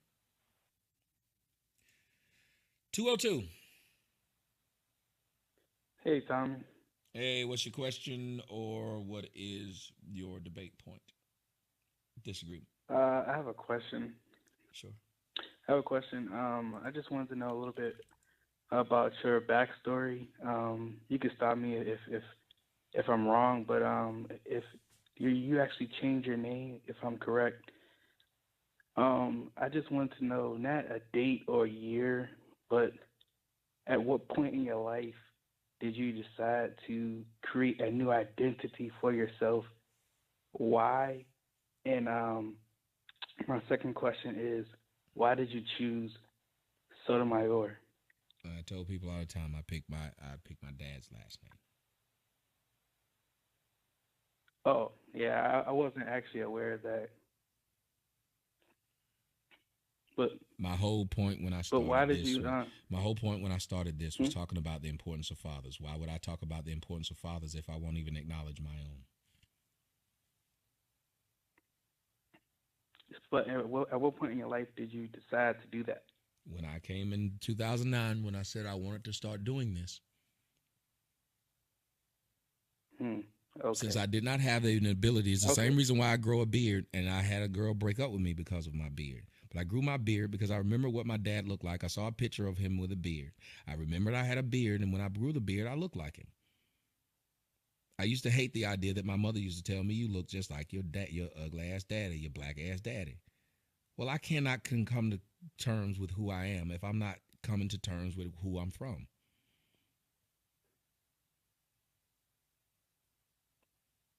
Okay, wow. I like that. Thank you. No problem. All right, let me move to another phone call. 218, caller, you're on the air. 281, sorry. Hello? Hey. Hello? Yes, go ahead. Oh, hi. Thanks for taking my call. Go ahead. Yeah. So, I got a question to ask you. Have you heard about the Trans Global Expedition? No, but I'm assuming when it says trans means across in Latin. Global, globe, we live on Earth. Expedition. So we're going across the globe to do what? Well, that's a group of people who did a circumpolar navigation, meaning that they did a From pole to pole, circumnavigation yes. going north and south, which you claim that no one did. No, if somebody's done it, then you can show it to me. Because why don't they have? I don't know anything about this. I'm open to new information. If there is something that shows that what I said is untrue, I would love to see it. Okay, I will send you that information. Mm-hmm. Then you also claim that no one walked on Antarctica. Well, that group did walk on Antarctica. I never said that. When they were doing their I never said no one's circumnavigation. I've never said no one's walked on Antarctica. Admiral Byrd walked on Antarctica several times. I said they make it difficult for you to go back. If you want to disprove the flat Earth, the flat Earth, why don't anybody travel to Antarctica? No, I said if they want to disprove it, they can do it now. We have all the technology where they could see it. It would shut everybody up, don't you think? Hold on, sir. Wouldn't it shut everybody up if this was just real irritating to hear all this flat Earth shit? And a person like me said, "Well, shit, you don't fly over complete Antarctica." I got a fucking drone. I got a People drone. have, I just people flew it have, over my house. I'm sure the military can have a drone. They can fly over the continent. Well, people have flew over Antarctica. In fact, the plane Boeing 747 SP was used to do a circumpolar navigation to celebrate the Pan American Air Flight When was 50th this? anniversary. When and was they this? flew over Antarctica, as When was well this? as this entrepreneur, this Australian person named When? Dick Smith. When? When? Uh-huh. So the Pan American. I believe that was in the 1970s, and for Dick Smith, I believe that was in the 90s. I think, that Yet they're trying to hold on. I was Yet they're trying to prove to you that they can keep going into outer space, and they do that all the time, and they ain't making no money on that one. Who's they? The NASA. Now you have the heavy with Elon Musk. But these people I mentioned never worked with the government. No, what I'm saying is So, that we don't mind keep so trying to why show did- you that we why can did- go out of why did you space, bring that but we up? won't do something because I'm saying we want to show you something that go out of space, but we won't show you something as simple as somebody saying, hey, we have weird flight routes from the South Pole, from the people on the Southern Hemisphere that don't make sense. To say that we claim we went to outer space and then we won't go back, but we'll keep going in Earth orbit. That you have people who work for NASA who say we've never been outside of Earth orbit. You have people who work for NASA that says we don't know how to navigate the Van Allen belt. These are people who work for these things. So what I say is, even if I'm wrong, I don't mind questioning it. And when you can lead me back to the 70s, when we have technology today that somebody should be able to easily do these things to show that something's wrong. Okay, I understand that point what you're saying about not. I understand that point where you're saying. Yet though, I mean, I don't understand why when you make that claim when there's documented proof that people did do it. When you There's made a lot that of statement, so-called no one has documented proof that such- isn't. There's a lot of so-called documented proof that's not documented. There's documented proof that Oswald killed JFK by himself. Well, but then again, when you look at other evidence that shows that he didn't do it, but yet though I haven't heard any other evidence where it will disprove these people who circumnavigated the Earth. Yeah, but you didn't see them do it Or either. did a circumpolar Yeah, but you navigation. didn't see them do it. That is the All right, equivalent but of the. same That is thing, the equivalent of the. okay, but yet the That is same- the the same- equivalent the same way as of the you can Warren see and Stephen Commission. do it. What you're saying is the equivalent of the Warren Commission. What's the Warren Commission? See, the Warren Commission is what made Oswald guilty. It proved Oswald was guilty. Okay. And every time it ran up against something that disproved it, it erased it. It only put stuff in it that made Oswald guilty, nothing else. If Oswald was not guilty, they did not put it in there. What I'm telling you is we live in an information age. Right now, everything should be on the table. That's it. It's the same reason why we're saying release the classified documents. Now, the classified documents could prove that the Warren Commission was 100% correct. If that's the case, then why not go ahead and give out the documents? Right. So, anyway, also, can I ask you one more thing? I'll get off. Yeah, go ahead. All right. So, in your recent video about the slave choice, the slaves have a choice. You mentioned that the Bible support and don't support slavery, and I was wondering where in the Bible where it says that it supports slavery or do not support slavery.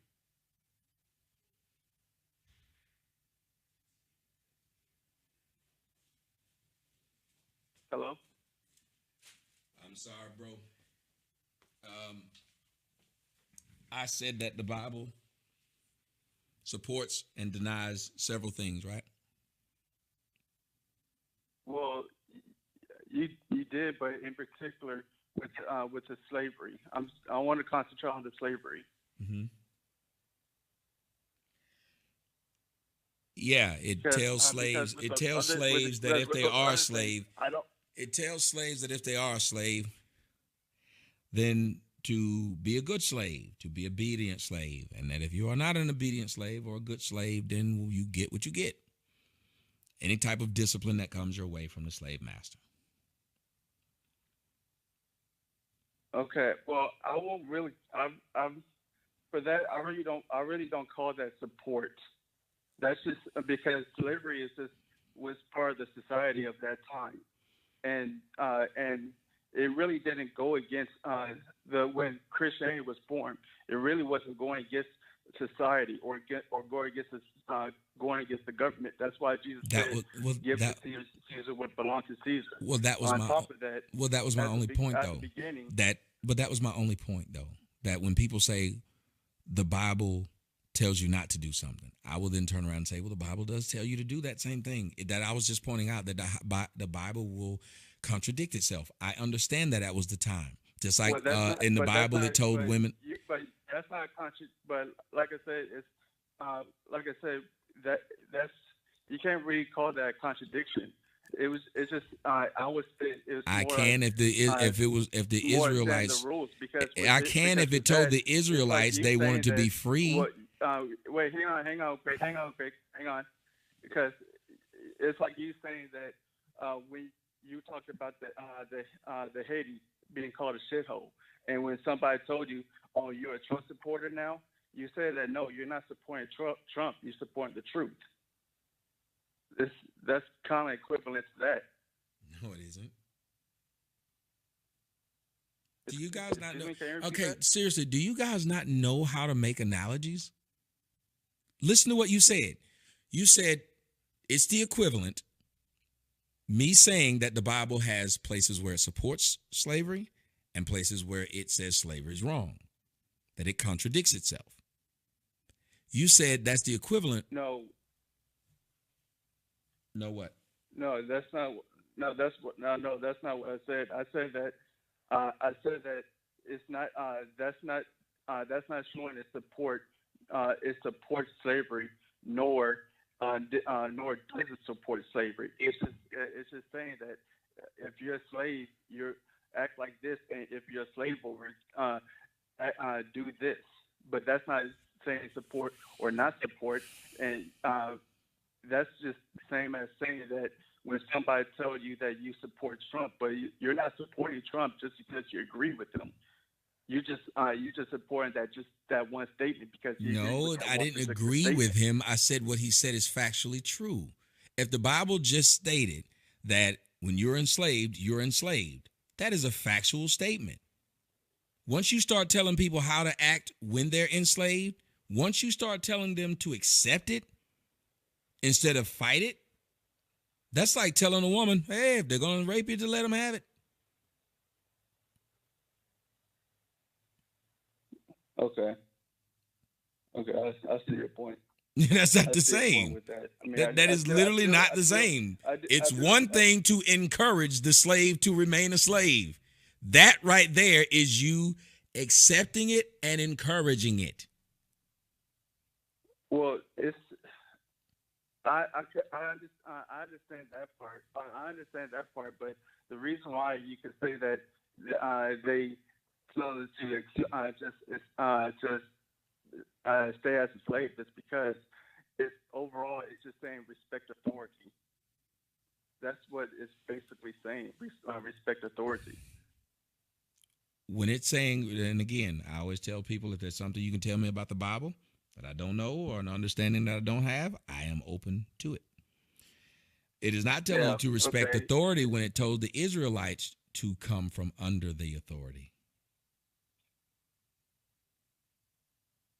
Yes, but that's only if the authority is going against God. So that would be the If, contradiction because if God's it's getting over, to. if it's So over, that if would it's be the overstepping your So overstepping your that belief would be the or going against God, then yes. So that would be the contradiction that God is allowing some people to be enslaved and sticking up for some people who are. That's the contradiction. Is that contradiction, or just allowing them to be like that at that time because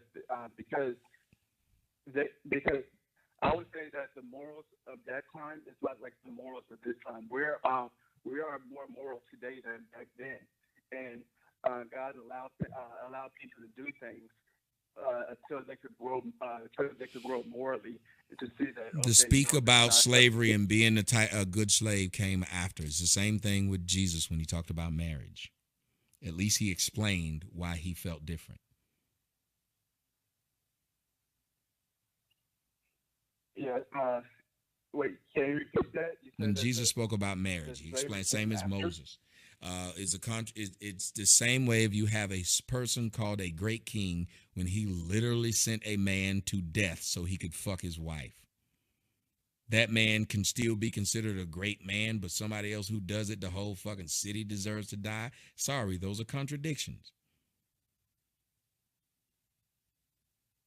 I mean, like I said, it's depending on their time. And you can say it however you want to. I think it's a contradiction. You can say it however you want to. I think it's a contradiction when you are allowing one person to do it and not another one. It is a contradiction. You may have reasons for why you do it, but it still is a contradiction. If I tell people not to fuck black women and I'm fucking a black woman, it is contradictory. I may have reasons to why I'm doing it, but it is contradictory because I'm saying one thing and doing something else. Well, no, that's not. I don't see that. See that as the same. I understand. That's where I know we disagree. Because you I don't. see that as a hypocrite. Because reason why I don't see that as the same because with back to your statement when you brought up marriage when they allow one person to marry multiple women, but then when Jesus came, he brought it back and said, no, you only marry one person. As he explained there, because during those times your heart was hardened, so God allowed it, and that's the same way I'm saying that they weren't their morals wasn't right during that time until they had to grow morally and realize that that's not right. So yes, God allowed it, but for you to bring up that's a complete contradiction, and it shows how hypocritical you are. It shows how hypocritical I am. Yes, when you said that go around don't screw black women, but you turn around and say but you yourself say that you screw black women. But that's not what God is. I understand if God was saying you could only have one wife, and God have multiple wives. That's not him doing it. He was allowing one group to do it at that time until that group grew up morally and realized that what's the true meaning of marriage. But you're saying that you're the one that's telling people to don't screw black women, but at the same time you are the one that's screwing black women. I understand. You are correct. I agree with you. Yeah. All right. Okay. Well, that's all I gotta say, and thank you for taking my call. No problem. Hey, guys.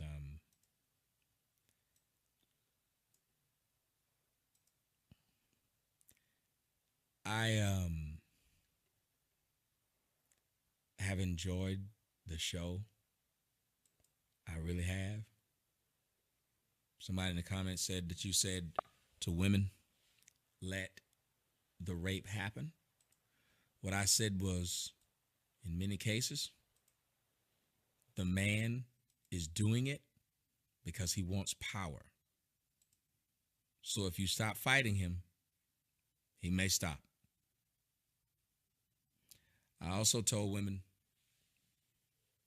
that a man is at his weakest when he has an orgasm. One of the best things you can do, fuck him, let him get that orgasm, and you kill his ass when it's done.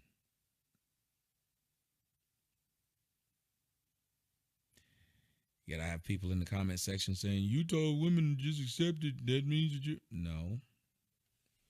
I didn't say just accept it. Just accept it would have meant don't call the police. You got caught up. You got raped. Lay down, enjoy it, and go about your business. I never said that.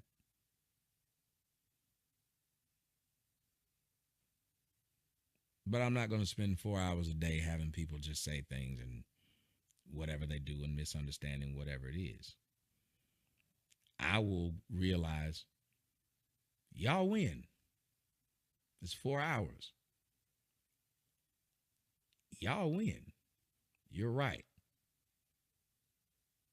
Whatever the Bible says, it's right.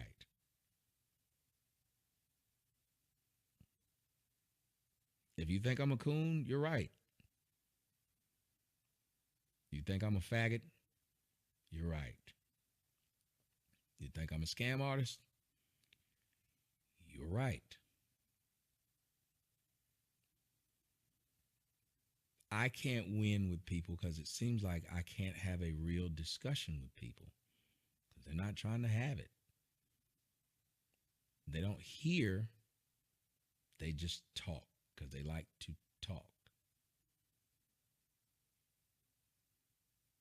Again, when it comes to the Bible, I know a lot, but as far as telling me what they were thinking, I took seminary, but I've been wrong on that because there's somebody else that's telling you what they were thinking.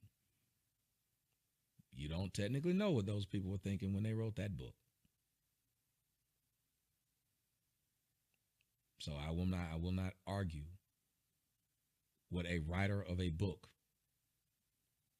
meant. Facts. I don't know what he meant. It's just my thought. I enjoyed you guys. I really did. I'll probably do something where I shout out all of the people who donated, but I don't think that many people donated tonight anyway, so it's not that big of a deal. They didn't. I got a bunch of emails from people. V. Taylor, I got your email.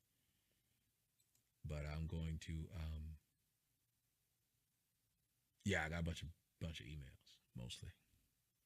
So it's not a bunch of donations. So what I'll do is I've been gathering it up for the last few days, and I will read them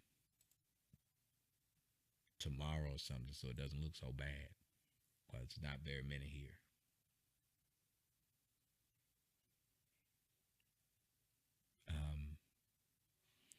Thank you guys. You have a good night.